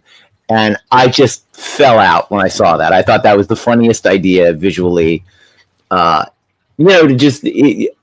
There's nothing funny about the panel if it's just a close-up of Elvira. She found a way to bring one more thing to it that was really funny and really ridiculous. And she just absolutely knocked it out of the park. I had seen Sylvia's work on IDW's Star Trek books, and I had kind of caught reading those, like how good she was at likenesses and how good she was at, drawing Star Trek to look like Star Trek while still having her own artistic style. And I first worked with her on an 8-page short for a horror anthology, which I contacted her out of left field. And this is a little note out there for comic book writers. You see an artist whose work you like, reach out to them. Tell them you love their work. Tell them you want to work with them. Even if they're total strangers, they might know you, they might be willing to work with you, they might like what you pitch them. She worked for peanuts, honestly, on this anthology, and it got her this Elvira series, which she did 5 issues of, and it went really great. So anyway, that's Elvira in Horrorland. It is followed by Elvira in Monsterland, where the villain gets his hands on the magical remote control. And I don't know when that book is coming out. I think sometime next year. That will be released February 25th, and we will have an see on that next year. Nice. We can talk about that then. But yeah, it's I think Cuba Ball did the interior. Yeah, Cuba did the interiors on that, and he's another just like fantastic artist. I've been very lucky to have people like Cuba and Sylvia to work with. But yeah, Horrorland is a fun romp. I mean, it's one of a review that I wanted to get my entire life, probably. I can't remember who it was, reviewed the Alien issue and said, this is essentially a Mad Magazine parody of the movie Alien that just happens to have Elvira in it to make it a little funnier and a little saucier. And I'm like, just like Mad Magazine is something I have aspired to since I got my parents got me a subscription to Mad, when I was like 5 years old, 6 years old, when I was very, very young. And that style of writing, if anything prepared me to write Elvira, it was reading Mad Magazine when I was a kid. And when I came up with the idea for this series and for Monsterland, it really was like I found the way to make Elvira Mad Magazine. Not that the other stories don't have aspects of that comedy in it, but this is here's a movie parody, and here's Elvira in the movie parody. And I wish I'd thought of it sooner, to be honest. Actually, somebody in the comments just had a really good question. What were your favorite aspects of creating this series? I mean, digging into these movies I love and going, what's funny about them? What's what is there to make fun of? What is there? I love watching the movies again. I think I watched all of them again to bring myself up to speed on these movies and remind myself what was fun about them and what was great about them. But yeah, it is making those jokes and making those connections. My favorite thing actually was, and I won't spoil a joke here because we're trying to sell this book to people, but in the Shining issue, the thing I worked on the hardest, was what is the all work and no play makes Jack a dull boy joke? What is the thing that Jack Torrance has written over and over and over again that proves to Elvira that he's lost his mind? And it took me a while, but I found the thing, and it's a very deep inside joke about The Shining, about Stephen King, about Stanley Kubrick. Like, it's a very, very deep cut, but I think the fans love that kind of stuff. And I will say this, I'm a fan. I'm a fan of all this stuff. And I know that when I read something and there's a joke or a reference that you would only get if you really know the material, it flatters me as a reader and it tickles me as a reader. So I try to do that as much as humanly possible, where people go, oh, I get that. I know what that is. I recognize that joke. I will say, if I think I asked the editor when I handed in the script for number 2, I was like, if you've never read The Shining, this is like, or seen the movie, this is the most incomprehensible comic book ever written. Like, what is even going on? But then I kind of decided, I don't know that there's anyone buying an Elvira comic that has never seen The Shining. That would surprise me a lot. So, I mean, because you always hope, you want to do, I always call it the Bugs Bunny paradox, is like, you want to make really great inside jokes, but they kind of have to be funny even if you don't get the joke, even if you don't get the inside joke. And sometimes they're time bombs. Sometimes you do the inside joke and 10 years later the reader watches something and goes, oh, that, or in the case of issue 2, like reads an interview with Stephen King and goes, oh, that's what he was doing there. That's why that's funny. I get it. My favorite example of that is the Rocky and Bullwinkle show. The villains are named Natasha Fatale and Boris Badenov. Natasha Fatale was obviously a joke on Femme Fatale. That's not complicated. Boris Badenov just sounds funny. He's Badenov. I was in my 30s when I discovered there was a famous Russian opera called Boris Godunov. And I went, oh, that's why he's Boris Badenov, because he's Boris Godunov. It's like little things like that, I think, are that kind of stuff tickles me. So. Yeah, I'm in my 40s when I discovered that today. But I will say, though, I do know somebody who has read issue number 2 that had not seen The Shining prior, and they enjoyed it. Oh, good. So my favorite part was the one reference they 100% got was your Dr. Sleepless reference at the end. Oh, sure. Yeah, there is a confusing moment. Wait, you've seen Dr. Sleepless, but not The Shining? Yeah, that's crazy. But and that's the thing. It's like you also kind of try to hope that people like, because I remember as a kid, I would read that stuff and I would get some of it from context, get the joke.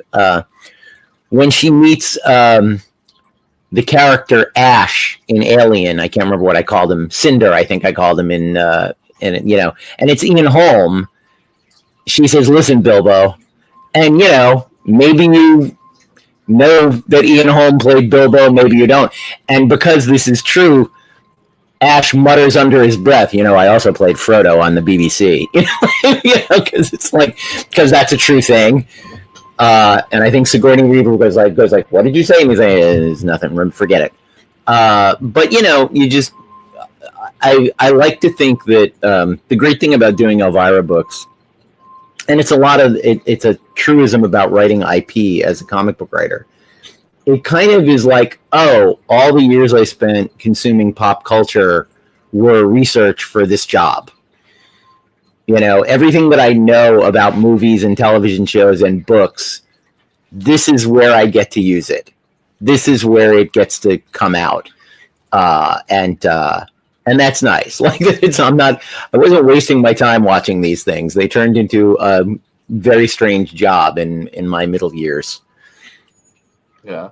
And the great thing is, so if you're loving this dialogue, if you catch these references, you are going to love Elvira in Horrorland and Elvira in Monsterland because they are filled with references like that. But it's not just the characters that we know iconically from these films that are breaking the fourth wall. Elvira is known for breaking the fourth wall. Yeah. Where does that come from when you're writing? Because you reference even the colorist of the very comic you're reading in this content. I mean, it's not uncommon for fans of Elvira, but how does that come about when you're writing? There's a great long... I was trying to think about, before, Elvira predates Deadpool doing it. Bob Hope predates Elvira doing it. I think the earliest fourth wall break I can think of in a movie is Groucho Marx. There's a scene in Horse Feathers where Chico is playing the piano and Harpo is playing the harp, and Groucho walks up to the camera and says, "Why don't you all step out into the lobby until this thing blows over?" If you came here for the comedy, you can go get yourself a popcorn while the musical interlude is happening, because obviously this is not interesting to you. So comics have been doing that. I mean, you could argue that Shakespearean soliloquies are a fourth wall break, because who is Hamlet talking to? who is Richard III referring to when he looks out at the audience at the beginning of Richard III and says, "Now is the winter of our discontent"? Who is he? He's addressing us, seemingly. So there's a long history of that stuff. The tricky part is to only do it you can't do it on every page. You can't do it constantly. You got to prove you got to pick just the right moment for it to. And I have to say, thinking about it, it's not something that I sit down to write these and I go, okay, in what scene is she going to do it? It's more like as I'm writing it, you hit a moment and you go, here's where she would say something. What's happening is funny enough, weird enough, whatever enough, that here's where she'll do it and break the fourth wall. In my first couple of Elvira comics, I have her break the fourth wall. One of my favorite things in comics in the 21st century is the inside front cover recap. Because when I grew up, people would have to recap. The characters would be recapping the last comic in the most awkward way possible. Cyclops and Xavier are getting off the X jet, and Xavier is saying, "So as I was telling you on the jet, Scott, now that we've defeated Magneto last week in New York, we're here to meet with my," it's just like the most awkward exposition possible. So now you get to do that on the inside front cover. But in the first couple of issues, I had Elvira do it. And the second time she does it, she says, "Tell Avallone I'm not doing this, this exposition stuff. I'm not here for exposition." So that was one of the earlier fourth wall breaks. In the first issue, she's running. And as she's running, she's looking out at the audience and saying, "I bet you pervs wish you were watching this in slow motion." Because that's the Elvira joke. And that's the... I always say I get frequently complimented, which is very nice, on how well I capture Cassandra's voice. And I always say the same thing, which is she created a character who's so vivid and so well defined that that's actually pretty easy. And in fact, the only reason that the audience goes, oh, that's just what she would say, is that they know just what she would say. You know what I mean? Like, the audience is so familiar with Cassandra's voice and with the Elvira character that when I do it, they're like, oh yeah, I recognize that. That's the character I love. That's what I like. Every once in a while, I'll read something that I wrote for her, and I'm like, yeah, let me move this a little more into the Elvira space. Let me make this a little more like something she would say. But that's the job with any IP. You go under the hood and you say, why does this work? Why do people love it? What makes it funny? And then you try to do that. You try to do what the fan of the thing will like. Every once in a while, you hit a thing where you go, this is a flaw that's always kind of existed in this IP, and I can tweak it just a little bit and make it better. But that isn't the case with Elvira. There's no flaw in her conception of the character or in the stuff that she's done for me to like go, oh, let me change this. It's like, no, it's perfect as it is. Well, on that note, obviously Elvira has talked to you in this comic. Yes. But I'm curious. Obviously, Elvira is the actress Cassandra Peterson. Have you talked to her at all when doing these comics? Oh, yeah. Involved herself at all in these comics with you? Oh, yeah. Oh, absolutely. I mean, the first couple of series was the interaction was mostly I would write things and send them to Dynamite, and Dynamite would send them to her, and I would get notes back. And we, that's still part of the process. But starting with when the pandemic came and comic shops closed down and all that, they reached out to me and said, we want to do a Kickstarter comic. And Cassandra has expressed that she'd like to talk to you about what it's going to be and what it's going to be like. And she has some ideas for stories. And we got on the phone. We ended up talking for like 2 hours. We have a lot of mutual friends. We have a lot of shared life experience and all that. I'm married to a burlesque dancer, so like I spent a lot of time with showgirls, and Cassandra is an ex-showgirl herself. So we collaborated on that. We did end up using a story that was something that I had cooking around, but she contributed a lot to of ideas to that, which became the Omega Ma'am. And every once in a while, instead of waiting to get a note, like I think Elvira in Monsterland is the one. No, it's not Elvira. Elvira meets H.P. Lovecraft, the most recent one, opens with Elvira having a dream that's a sexual fantasy. And in my first, for various reasons, I made it Elvis in the initial notes. And then I went, who knows what the answer to this question is Cassandra. And I reached out to her and I said, Elvis is good, and you're Elvis is a person you met and spent time with, and it's a natural sexual fantasy for a woman from your generation and all that. Our generation, I should say. But I said, I worry it's off-brand because there's nothing horror about Elvis. And we kicked it around for a couple of minutes, and she said Elvis Werewolf. And I went, see, there it is. I just needed the thing that made it a little more of like Elvis is if it was a Cassandra Peterson comic, it's a dream about Elvis. But it's not a Cassandra Peterson comic. It's a Elvira comic. If Elvira dreams of Elvis, what monster is he? And she went, oh, he's a werewolf. And I went, okay, so there it is. Elvis Werewolf is our opening scene. And that led to a bunch of great jokes, but that's sort of how we interact. If I hit something where I'm like, I bet she has a better idea for this than I do, I will reach out and get her input. I love it. And I mean, and you clearly, though, know the character so well, you're beyond just writing. You're advising even on Elvira's crossover with Harley Quinn currently on stamp. Yes. That was when that project was announced. I think it's worth, Joe Ryban at Dynamite, before it was announced, was sensitive to the idea that I might be a little like, oh, someone else is writing this. But, it's Jimmy and Amanda who are the big Harley Quinn people at DC. I can hardly begrudge them that DC wants their people writing it. But he said, we will definitely find a way to involve you and get your input because we value it. And they offered me being a consulting editor on it. So I get the scripts from Jimmy and Amanda, and I gently nudge them in a direction or two about Elvira might say this a little differently. Elvira would approach this a little differently.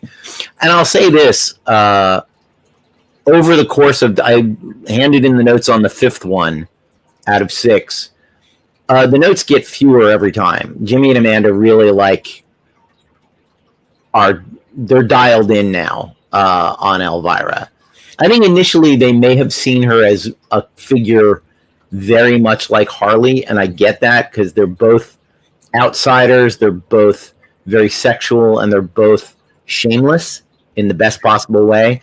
But there are ways in which that expresses itself in the characters that are actually very different. And so I just had to do a little bit of no, actually, Elvira would react to this differently than Harley would. Elvira would have a different feeling about this than Harley would. But it's all been pretty minor stuff, honestly. I'm happy to help. I'm honestly happy to have my name in a DC comic for the first time in my life. That's nice. I will keep pushing for my dream crossover, which is Elvira meets Swamp Thing. Because I think, one, that's funny intrinsically. And two, as great as Harley Quinn is, and as much as they have in common as characters, Harley Quinn's not a horror character. And it's not a horror book. And I think it's more nail on the head to put Elvira in a DC horror book, which they've done. They did in the past. They made her the host of House of Secrets for 12 issues or 11 issues, something like that. But I say this with love. Those issues are not great. And part of the problem is it's not really the fault of any of the creatives on it. It's just the overall take they took was they kept it as a House of Secrets comic, which is it's anthology stories that are introduced by Elvira. And I understand that because Elvira, even on her own show, is the host, and then there's a movie, and she's not particularly in the movie. But I think in my comics, it's pretty clear that Elvira is a perfectly workable protagonist for a whole horror comic. She doesn't have to step back and let there be another story. She can be in the story. And I've always liked that idea. Look, I once pitched a Twilight Zone thing in which Rod Serling was like an active participant. Like, Rod wasn't just talking to the audience. Rod was like interacting with the people in the Twilight Zone stories, because I thought that he was always my favorite character on those shows, and I always wanted to see more of him and hear that voice more often. So I love that Kyle, I'm sure, is flipping out because right before you came on, that was what Kyle was begging for, was you writing Twilight Zone. Oh, that's funny. I did write, and thank you for that, Kyle. I did write a Twilight Zone book that was a very strange book. It was my second comic series ever. And I was just saying to my wife yesterday, it's wild that they let me do it and that they let me do it the way that I did it. And the challenging crossovers, it was Twilight Zone, The Shadow. And that's a very hard thing to do only because the Twilight Zone is sort of The Shadow made abstract. Because what does The Shadow do? The Shadow finds people whose lives are in chaos for one reason or another. And either he turns them, they learn the lesson from him and become one of his agents or one of his allies, or he kills them, or it goes very bad. And the Twilight Zone is kind of the same way. Either you learn the lesson or you get punished by the Twilight Zone. So, like, in that thing where they're both kind of the same, I originally had pitched them, so in this series, the Twilight Zone, the Shadow is kind of an agent of the Twilight Zone. And they went, oh, no. This is a Shadow. This is a Twilight Zone thing happens to the Shadow. And I was like, but he's the one who knows what evil lurks in the hearts of men. What can he possibly...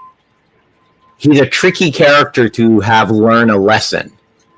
But again, as I said before, with IP, you open the hood And I looked under the hood of the Shadow and I went, you know, the lesson the Shadow needs? Mercy. Because the Shadow will fill people with bullets.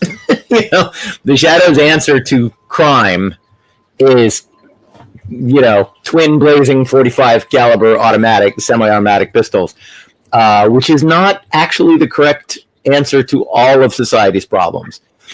So I wrote a 4-issue series in which the Shadow is forced to examine himself from the inside and out, see how he seems to the rest of the world, and under the theme of the book becomes there is no justice without mercy. That's the lesson for the Shadow to learn. But I'd go back to the Twilight Zone in an instant. It's a fun, and I will say, as someone who grew up worshiping Rod Serling as a writer, being able, that voice, the style of that narration, sort of like with Elvira, is so specific. And Rod Serling's voice as a writer is so specific that imitating it is a great joy. And Rod Serling, the writer, uses metaphors in a way I personally would never use metaphors, and uses language in a really, really specific way. So, like, the second issue opens with the Shadow wakes up and he's in the body of Orson Welles about to record a Shadow radio show. And he's looking himself, he's looking at himself in the mirror, and the narration is, you know, on an ordinary day, an ordinary man can expect to recognize the face in the mirror. And but the Shadow is no ordinary man, and he's having a far from ordinary day. And like, that's just a style that's great. You know what I mean? That's a fun way of writing. So anyway, that's one of my oldest books and probably out of print, but you can probably find it on eBay or, you know, in an old comic book store. Well, that's always, you always want to reach out to your local comic shop about back issues. Yeah. Let's talk about it. You are known for taking these larger than life legendary figures and putting them into comics. And you've done more than just Rod and Elvira. You've worked with another classic comic creator on a book called Drawing Blood. Yes. Tell us a little bit about Drawing Blood so we can guide into a recent upcoming book. Sure. Yeah, Drawing Blood is, when I was a baby comic book writer 11 years ago and just starting out 10 years ago, I met Kevin Eastman at Emerald City Comic Con, and we became fast friends. Again, like Cassandra, it's just that, like, you knock around Hollywood for 40 years, you end up having a lot of the same experiences, knowing the same people, etc. And Kevin and I became fast friends. And about maybe 8 months later, I was at San Diego with him, and he said, out of left field, there's this thing I've been kicking around for years. It's called On the Shoulders of Giants. That's a terrible title. I hate it, but it's the only one I got. And, you know, would you be interested in hearing about it? And let me tell you what it is. And he laid it out for me, and it sounded like such a great opportunity to write a comic that was not a genre you get to write a lot in comics. It's an adult comedy drama set in contemporary times. It's not about, you know, it's not about fighting people in, you know, it's not about people in underwear with superpowers slapping each other around. It's about humanity. It's about creativity. And it is semi-autobiographical, even though the main character, Shane Bookman, is completely fictional. His life has some of the contours of Kevin's life. And so it's about a guy who in the early 90s with his brother, Paul, co-created something called the Radically Rearranged Ronin Ragdolls. And if you're watching this, you can see the 3 ragdolls right there. They're not named after Renaissance painters. They're named after Japanese animation directors. The really violent one is named Otomo. The leader is named Tezuka, after the creator of Astro Boy. The gentle, poetic one is named Miyazaki, after, you all know who Miyazaki is. I don't have to tell anybody who watching this who Miyazaki is. And some people don't know. I didn't know, honestly, that after Kevin took the buyout on the Turtles decades ago, he took that money and funneled it into a do-gooder publishing company called Tundra. And I always tell the joke that this is true. Kevin, when he was telling this, said, "Yeah, I wanted it to be like when the Beatles started Apple Records, and gave all these struggling artists a chance, and indie music." And I said, "Did no one tell you how that worked out for Paul McCartney? He lost all his money. It went under." And he's like, "Yeah, people warned me, but I thought surely that won't happen to me. Surely my friends won't betray me like that. Surely the market will step up because everybody loves the Turtles and blah." And of course, what happened was everything went badly, and he lost. I think the figure is $9 million.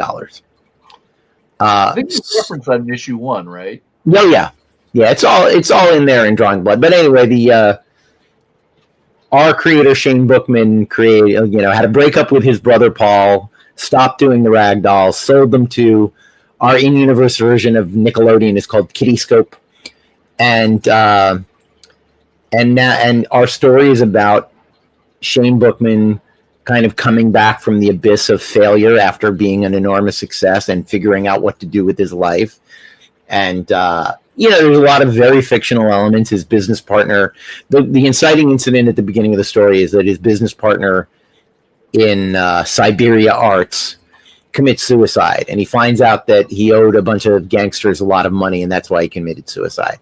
And our hero has to sort of scramble to placate the gangsters and to keep the creative project he has on the rails and navigate situation with his ex-wife and with all of the people in his life. And it's all drawn from real experiences. Some of it, inevitably, as happens when you're doing this kind of work, some of it is drawn from my life experiences as well as Kevin's.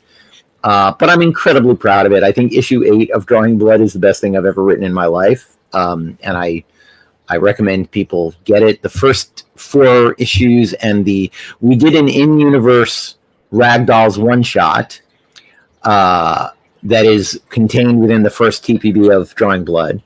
But when we were readying the second 4 issues, we wanted to do another Ragdolls one-shot. And Troy Little suggested the initial Ragdolls one-shot was penciled by Kevin, which I was very flattered that Kevin wanted to pencil something that I had written. And we both beat out the story, of course. And Troy Little inked it. And Troy Little draws the Ragdolls in the draw. When we see the Ragdolls in Drawing Blood as hallucinations, they're always drawn by Troy Little. And we went back to Troy to do a second Ragdolls comic, and he said, "I kind of don't want to ink Kevin Eastman again." And we're like, "Why is that?" Here. And Troy was like, his layouts are so beautiful. I feel like I'm spray painting over modern art, and I feel bad about it every time. And 2, he said, it's complicated and it's difficult and it's not in my style. He's like, I'd like to do something that's in my style, which is very much like an animation style. It's more simple. And he suggested that we do the kind of comic that would be the spin-off from the Kiddyscope TV show, like a Nickelodeon TMNT animated adventures comic. This like the Batman animated comics that Ty Templeton did for DC when Batman the Animated Series was on the air. And we love that because the whole premise of the series, particularly of the Ragdolls, is the ability to use the Ragdolls to comment on things in the history of comics. So the 90s animation crossover book seemed like a fun idea. Troy had a very kids comic book plot idea that he beat out for me, and then we wrote the script together. And it's a 40-page special. It's so much fun. It's an all ages book. It is. I mean, there's definitely stuff in there for adults, and I'd like to think that all ages can enjoy it, but it's definitely appropriate for children. Here's the best part. Yeah. Is that if for any reason you guys haven't already told your local comic shop you want it, this was on Final Order Cutoff 2 weeks ago. but it still doesn't release until January 7th. So you can reach out to your local comic shop for an advanced reorder to guarantee it'll still arrive in time thanks to holiday shipping. That would be a lovely thing. And, it's, I think that for me, I'll be completely honest. We got the FOC report. I don't think it sold half as well as it deserves to. So let's sell out that first issue, that first printing, and go to a second printing, because I think this book deserves it. I think more people deserve to see it. It's so much fun. And to reference current pop culture, if your kids love K-pop Demon Hunters, this is that with cats. Literally, this is exactly that feeling and that kind of thing. They're 3 teenage girls. They just happen to be cats instead of demon hunters, and they do martial arts, and they have martial arts weapons and all of that. Yeah, let's turn this into a book that really does have 100 issues. That would be great. Yeah. If you missed out on issue number 1, as David said, you can currently reach out to your local comic shop. They probably already have it in stock to get Drawing in Blood, Volume 1, Spilled Ink. It is an incredible book. It has 4 issues of Drawing Blood, as well as that original radically rearranged Ronin Ragdoll's story. And then at the same time, get your advance reorder in on January 7th release. Big release for 2026. Started out right with the radically rearranged Ronin Ragdoll Adventures number 100. Get the first 99 issues. You don't even want to read those. Yeah. Yeah. Yeah. There are things that we want to do to fill in the blanks. One of the things that was fun, that's one of the most fun things about Drawing Blood for a creator, and I didn't see this coming at all, is that it's a book about comic book creators. So I keep having to create comic book characters that are in universe. And in the 4th issue of Drawing Blood, as an example, he meets a young webcomic creator named Amanda Cavallari, who has a webcomic called GTFO Girl, Get the Fuck Out Girl. And in the trade paperback for Drawing Blood, first Drawing Blood trade paperback, there's a 4-page GTFO Girl comic that was written by Amanda Debert Staggs and drawn by Skylar Patridge, which is delightful. And there's a comic strip of a character called Night Avenger, which is the character that his business partner created. Yeah, love it. But man, yeah, Drawing Blood is amazing. And then we have issue number 10 will be hitting FOC sometime early next year, correct? Yes, we just finished work on that. Number 11 is written and I think mostly drawn, and I'm writing issue 12 now, which wraps up the series. The second trade of Drawing Blood, which will have this Ragdolls comic in it also, will be coming, I think, late summer. I'm not sure what the release date of that is. But the individual floppies are great, and they're worth having. And, I'm very pleased with how Drawing Blood has turned out. And honestly, this is not a spoiler. It's just something to think about as you read Drawing Blood. The ending of Drawing Blood is not what it was when we first considered making it, partly because of things that have happened since we started making Drawing Blood in the life and career of Kevin Eastman. So you can see echoes of things in current comic book culture and life in the next 3-4 issues of Drawing Blood. That's all I'll say. All right, so reach out to your local comic shop. If you haven't already got all of the issues currently out of Drawing Blood, get that trade paperback, Spilled Ink. Obviously, that has your first Ronin Ragdolls in there. So then get your advance reorder in. It was on FOC on December 1st, but it releases January 7th, so there's still time to get your orders in for the radically rearranged Ronin Ragdolls Adventures number 100. And, of course, you can't go on without Elvira in your life. Get those orders in for Elvira in Horrorland before this Monday for the trade paperback or hardcover. Get the hardcover. It's the better deal. And you get to do it again in February with Elvira in Monsterland. But that is far from the end of what we're getting from David Avallone. So if you love David and you want more, where can people find you online, David? I have a website, davidavallonefreelance.com, but I'm actually more active right now on my Patreon. I'm very easy to find on the Patreon. There's a free subscription level. I have a weekly newsletter. And also, one thing to talk about for those of you out there that are aspiring to be in this business, I just launched a couple of weeks ago a serialized book that I will be releasing through my Patreon called How I Make Comics. And it's called How I Make Comics because I think too many people, when they attempt to teach what works for them as what works for everybody. And I am unwilling to do that. I am just telling you my best practices, what I have learned, what I have gleaned from my time in this industry. But if you want to learn how to make comics, that you can, I am teaching what I know, everything I know about writing comics. And if that's of interest to you, you can sign up for the Patreon. There's a monthly subscription level as low as $1. So there you go. That is a steal of a deal to have access right? to David for $1 a month. And there's a free one also, but Yeah. $1 never hurts. So davidavallonefreelance.com or on Patreon, David Avallone. Thanks, Thank man. you so much for joining us. I am looking forward to new comics and new podcasts from you in the near future. Thanks, man. I'm on it. I normally try to sit out Mathias's interviews, but David is someone who would proudly say I'm in this business because of Kevin and Peter. Sure. Can you confirm how much I'll cry going forward in Drawing Blood? Oh, so much. Oh my God. So look, I'll tell you, like issues 8 and 9, the process of completing a comic book, you have to reread it a lot to like check the lettering, check the color. Like I cried every time. Like when they're like, "Here's a lettering proof," I'm like, "Oh, this is so emotional for me." Okay, let me read the lettering. Let me read Taylor's work and put this thing to bed, and then I don't have to read it again. But yeah, it's pretty emotional stuff.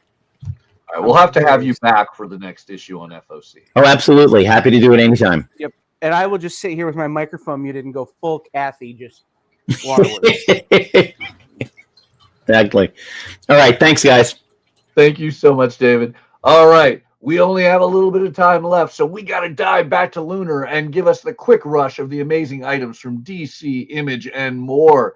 So obviously, Absolute Batman Annual is getting a second printing. It is long overdue. We'll talk a little bit more about that in the top 10, as you could imagine. But wow. A lot of great continuing series. For those of you who are Adventure Time fans, the return of the Hero Handbook. The Enchiridion is destroyed. It's gone. So now Jake and Finn have to create their own version. I think this will be a fun series. Starting in issue 9, this new storyline will develop, and we will get to see how Jake and Finn determine the future generations will be heroes.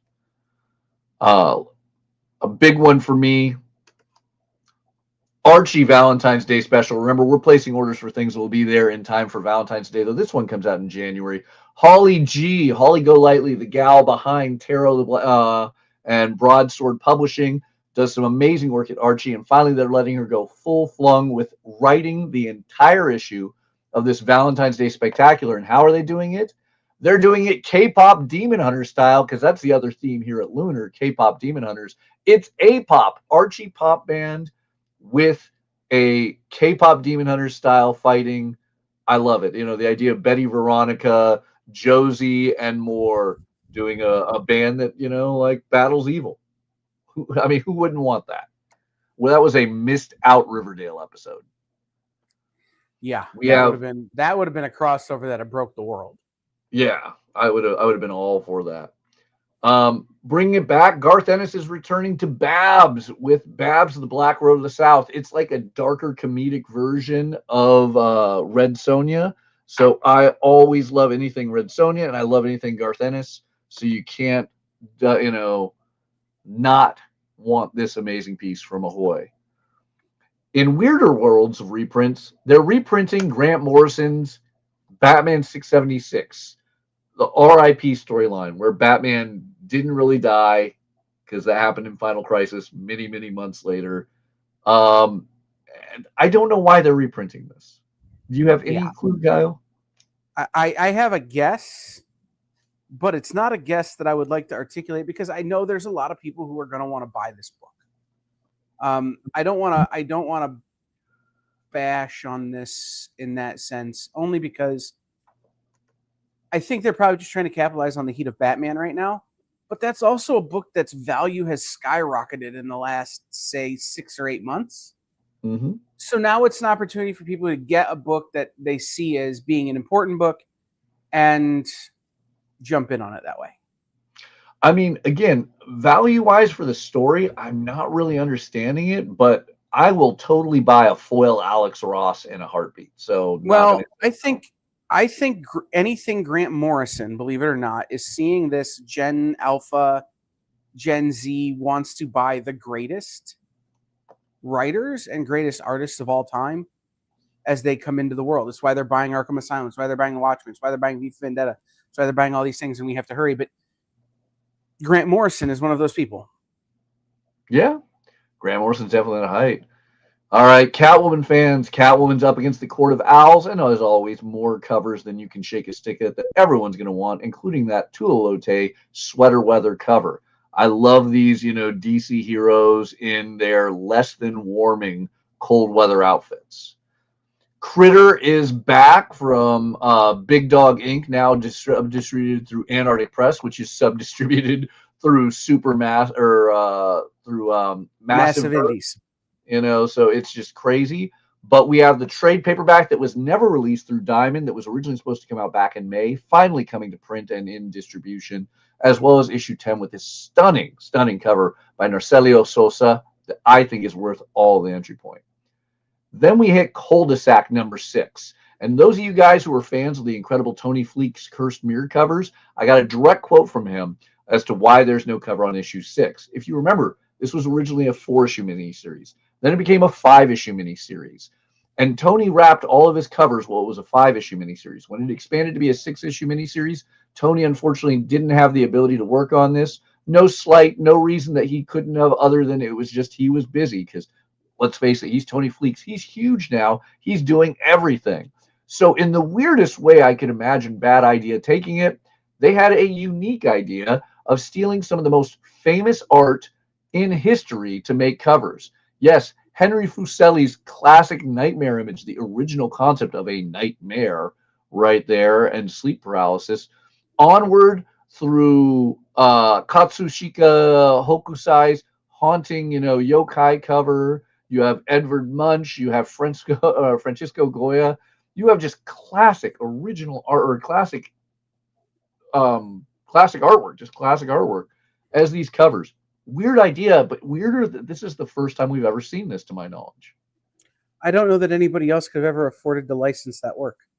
Amazingly, because it's public domain, you're not paying for that license, which is probably why they're doing it. I'm You're guessing just paying Dinesh is paying someone. Yeah. The museums that own them, perhaps. So I did a ton of research. I wish I could go into this, but amazingly, it is something anyone can do. The only thing you have to do is you have to pay a licensing fee to the person who scanned in or took a photo of that or of that classic artwork, which can be as little as $10 to $60. And there's some that are open in public domain, free access use already. I'm not saying he paid a lot of money. I'm saying he paid something to someone. I'm just shocked we haven't seen it before. It was crazy. A huge shout out to the incredible George Mann, who I love to death. His final issue of Star Wars Hyperspace Wars of the Tides of Terror is out at the same time. Issue number 2 of Dark Souls number 1 came out this past week, and it was haunting, even more haunting than the countless times I've lost my life playing that video game. The Darkness continues on with its second issue by Mark Silvestri, writing my favorite character in comics, Jackie Estacado. We have a one-shot that has the Green Lantern Corps go up against Darkseid with the Galactic Slam, part of the DCKO event. Supergirl, actually, I got to go back. Supergirl has an amazing one-shot with the new trailer out. Everyone's going to want Supergirl, and this is just in time with the January 28th release, a one-shot with a top collection of writers, including my favorite, Nicole Maines, doing some amazing short story Supergirl tales. As if the Supergirl comic ongoing right now wasn't already amazing, we can get even more Supergirl in January. Henry Barajas' Death to Pachuco gets its penultimate issue with perhaps its hottest cover yet. Sweeney Boo just making that an absolute masterpiece of Zoot Suit era art right there. Amazing book. We have a ton of great high-end sketch covers. If you want to buy original art from your local comic shop, Dynamic Forces offers that as an opportunity, as well as if you want to get original art. Amazingly, Antarctic Press is giving you the blank covers you need for K-pop Demon Hunters. There is a Demon Hunters sketchbook. The entire book, blank, high cardstock sketches, so you can get your favorite K-pop Demon Hunters or whatever Demon Hunters you want on there. Really fun way that presses the questionable line of copyright infringement. Beautiful Dynamic Forces stuff. Well, they're not calling it K-pop Demon Hunters. They're just calling it Demon Hunters. So you can get one of the K-pop Demon Hunters with Sam from Supernatural and call it a thing. Yeah, absolutely. In fact, I'm going to jump ahead and then come back really quick, because if you needed that question, they have your option, though, of if Demon Hunters isn't enough, they have a K-pop glitter pink sketchbook. Also the same thing. So you can combine these two and truly have a K-pop Demon Hunters sketchbook. Gotta love when they just push for those things. Antarctic Press, knowing how to capture us even when Netflix is failing. All right. So two things for Disney fans I got to point out. You want to think of the most iconic images Disney's ever put out? It's their movie posters. A 100-page collectible rip-out postcard set of those classic Disney movie posters, $24.99. Or if you'd like some of the beautiful design artwork for those famous movies, this is an incredible piece, the hidden art of Disney's golden age. They drew as they pleased. I am very excited to grab a copy of this to see some of that amazing artwork out of the Disney archives and in my hands. Speaking of Disney, Maleficent continues on with its fourth issue for more villain fun, thanks to Dynamite. Doctor Who continues to roll on with iconic characters and our newest Doctor in The Prison Paradox. We have a ton of great trades, everything from EC's Cruel Kingdom to, as we just talked about with David, Elvira in Horrorland. Escape from Skull Island starts a brand new Titan series with the classic characters of Skull Island that we love. Actually, I believe that's Legendary. Wow, that isn't even it's Titan and Legendary. There was the trick. There's the trick. Final issue of Everything Dead and Dying comes along as we hit the final third of Exquisite Corpse's first big year. I'm really curious to see which of our assassins is going to survive this free-for-all. A lot of great books. As always, check lunardistribution.com to see them. We get new Gotcha Man one-shots, more issues of Ghost Peppers, reprints of G.I. Joe, and more. Got to give love to I Hate Fairyland because Scotty Young finally figured it out and has made his beautiful covers open order, which is great because everyone's going to want this. If you need more Kong, the unbelievable Alex Cox has his trade paperback from Dynamite, giving us the more classic Monarch era King Kong in The Great War. There's just so many amazing things and not enough time to talk about it all. So definitely take a look. Some brilliant trade paperbacks, some great new printings, some more sweater weather cover that is absolutely amazing. And of course, if you missed out on Ordained, because the announcements are huge now about the upcoming film, and Bad Idea is making sure you're not going to miss out. Ordained #1, which just came out this week, already has a second printing declared at the same time as issue #2. So if you missed out on the #1, you can still dive in and get ahead of the upcoming film. Whew. For those of you who are fans of Red Sonja, I know I am. If you have a little bit of money to spend, these are not cheap. For $100, you can get these deluxe trading card packs that guarantee you original artwork, signed cards, and more. Really fun things. I bought them in the past. I will buy them again. I love these. Worth it alone for the original art, in my opinion. And, your shop's going to love you for giving you Benjamin. I got to point out all these red coat covers. We may be the second part of this storyline in 1909, but it doesn't matter. I want every cover. Look at that. Look at that beauty. Every one of these a masterpiece. The people at Ghost Machine know what they're doing. Now, what's crazier is the people at Titan truly know what they're doing with Conan. As if Liam Sharp wasn't enough, now we're getting even bigger names. Chris Ryle is returning with his artist from Lock and Key, where Chris was the editor. Gabriel Rodriguez and Chris Ryle are doing a Conan tale in Savage Sword Conan. Well, Deadpool co-creator Fabian Nicieza is doing a Conan story as well. Two names I would have never thought I'd associate with Conan, and yet I cannot wait to see issue 12 of Savage Sword. This should be fun. Save Now is getting a prequel issue from Matt Kent's Epic Tale, issue number 0 at Bad Idea. We have a lot of great continuing tales from Disney, from DC, from more. As we mentioned, great Demon Hunters we love. The Winchester Boys are back for the 4th issue of Supernatural. We have Terminator. We have Tama. We have too many things to mention. We have the return of Grail, the daughter of Darkseid, who first appeared back in Justice League New 52 issue 40, is back to battle for Darkseid in DC KO's Titans. I think that's going to be huge. So many great books. So much fun. Wonder Woman, I love this one, is bringing her daughter to Themyscira to be babysat by the Amazons. You know that one's going to be a great one. And man, that David Nakayama cover is something else. But with that all said, if we're going to talk about covers, I think we need to cut to the top 10 because we're running late today and we need to get you guys this. Thank you all for staying tuned. Let's bring it up with our honorable mention. It's that unbelievable Ghost in the Shell Legacy Manga Edition. You are not going to want to miss out on this. This is a big deal. Some of the best sequential artwork out there, and definitely some of the best sequential artwork of Japan. Number 10, it doesn't get sexier than Dick Grayson wearing less clothing than normal, and then you throw him in that cold area to heat you up. Travis Moore's sweater weather cover on Nightwing 134 easily makes it into the number 10. Followed by another sweater weather cover. It's Wonder Woman, because it takes a absolutely powerful woman to wear that little in the Arctic North, protecting those delightful baby seals.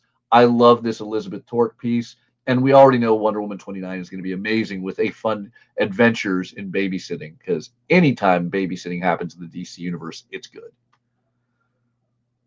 Video game fanatics, you'll love that DC KO Green Lantern Galactic Slam cover by Juan Ferreira. This is a beautiful cover that just has all my video game love. And with the Street Fighter trailer out this week, it makes me want this all the more. Then we break away from DC to go Marvel with Godzilla Infinity Roar. Jose Maria Casanova's awesome cover showing the Null symbiote god symbol on his chest. I'm in. Archie's Valentine's Day Spectacular. We mentioned a lot of K-pop Demon Hunter hints there. There's quite a few bits there, but this one, A-pop, not so Demon Hunters, Spirit Slayers. I like it. I think Holly G is going to make this a must-have book. Watch this hit 2nd or 3rd printings. Then Titans 31. I told you we're bringing Grail back. How about a cover where Jarek Chu puts Grail front and center? I can't tell you the last time Grail was on a cover, but I want to say it was the middle of the 2010s, probably 2015, shortly after her first appearance. But I think she's going to come back. It'll lead Justice League 40 to skyrocketing in value, and this will be the issue people want on there. Keep in mind, the last issue of Titans already went to a 2nd printing and is in demand because of the DCKO crossover. This will be a must-read. Then we have Love Ignited. Look, I agree with Kyle. That 1 in 10 cover, phenomenal, but that's not one everyone can get. Anyone can order this A cover that Joelle Jones has knocked out of the park. This is the modern meme of that dog sitting there saying everything is fine as the restaurant burns down. This is the romance of 2026. I really hope 2026 isn't one where we're sitting down as the world burns around us. Then Godzilla's back. How he's back, you'll have to read the comic to find out. But returning from his upcoming death in issue 6, issue 7 will be a key issue. And Prasetya does an amazing job with all of our heroes and the revived Godzilla in the background on Godzilla number 7. So what could the top two be? Well, number two has to be a question of who is taller in the absolute universe. These two literal giants, I think one is 6'7" and the other is 7'2" or something like that. Absolute Batman 16 has the crossover of Absolute Wonder Woman, Absolute Batman. And it is crazy to see a word balloon on DC that says go to hell, whether there's a question mark or not. So what could number one be? Absolute Batman Annual, second printing. Look, the price on the first printing has skyrocketed. Everyone wants that Daniel Warren Johnson cover. So they doubled down. Not only is there a normal and foil reprint of the Absolute Batman Annual Daniel Warren Johnson cover, there's a brand new Daniel Warren Johnson cover with Absolute Batman wielding a flamethrower in normal and foil variants. That has to be our number one. Everyone's going to want this because it's already a hard book to get. It's already going for money. And now here's a brand new DWJ cover. This is the book to order. Whether you're the consumer or the retailer, you're going to need it. With that said, thank you so much for staying with us. I know we ran late today. Kyle, what else do we have coming up on the EXP? You've got the original art show later with Nick, where he's showing a Holy Grail. Nancy will have her show at 9 selling books. I will be back Sunday with Blind Bundle Bonanza, which is a fun game that we play where I make blind bundles of comics. Write a riddle. You have to solve the riddle, and you get a discount if you get it right. And then all week next week will be regular shows. And then we're into the holidays. So make sure you stay tuned in for everything. And we will see you all next time. All right. Thank you guys all for watching. And remember, get your orders in before Monday at 6 p.m. Pacific Standard. And tune back in next Friday for more books on FOC next week.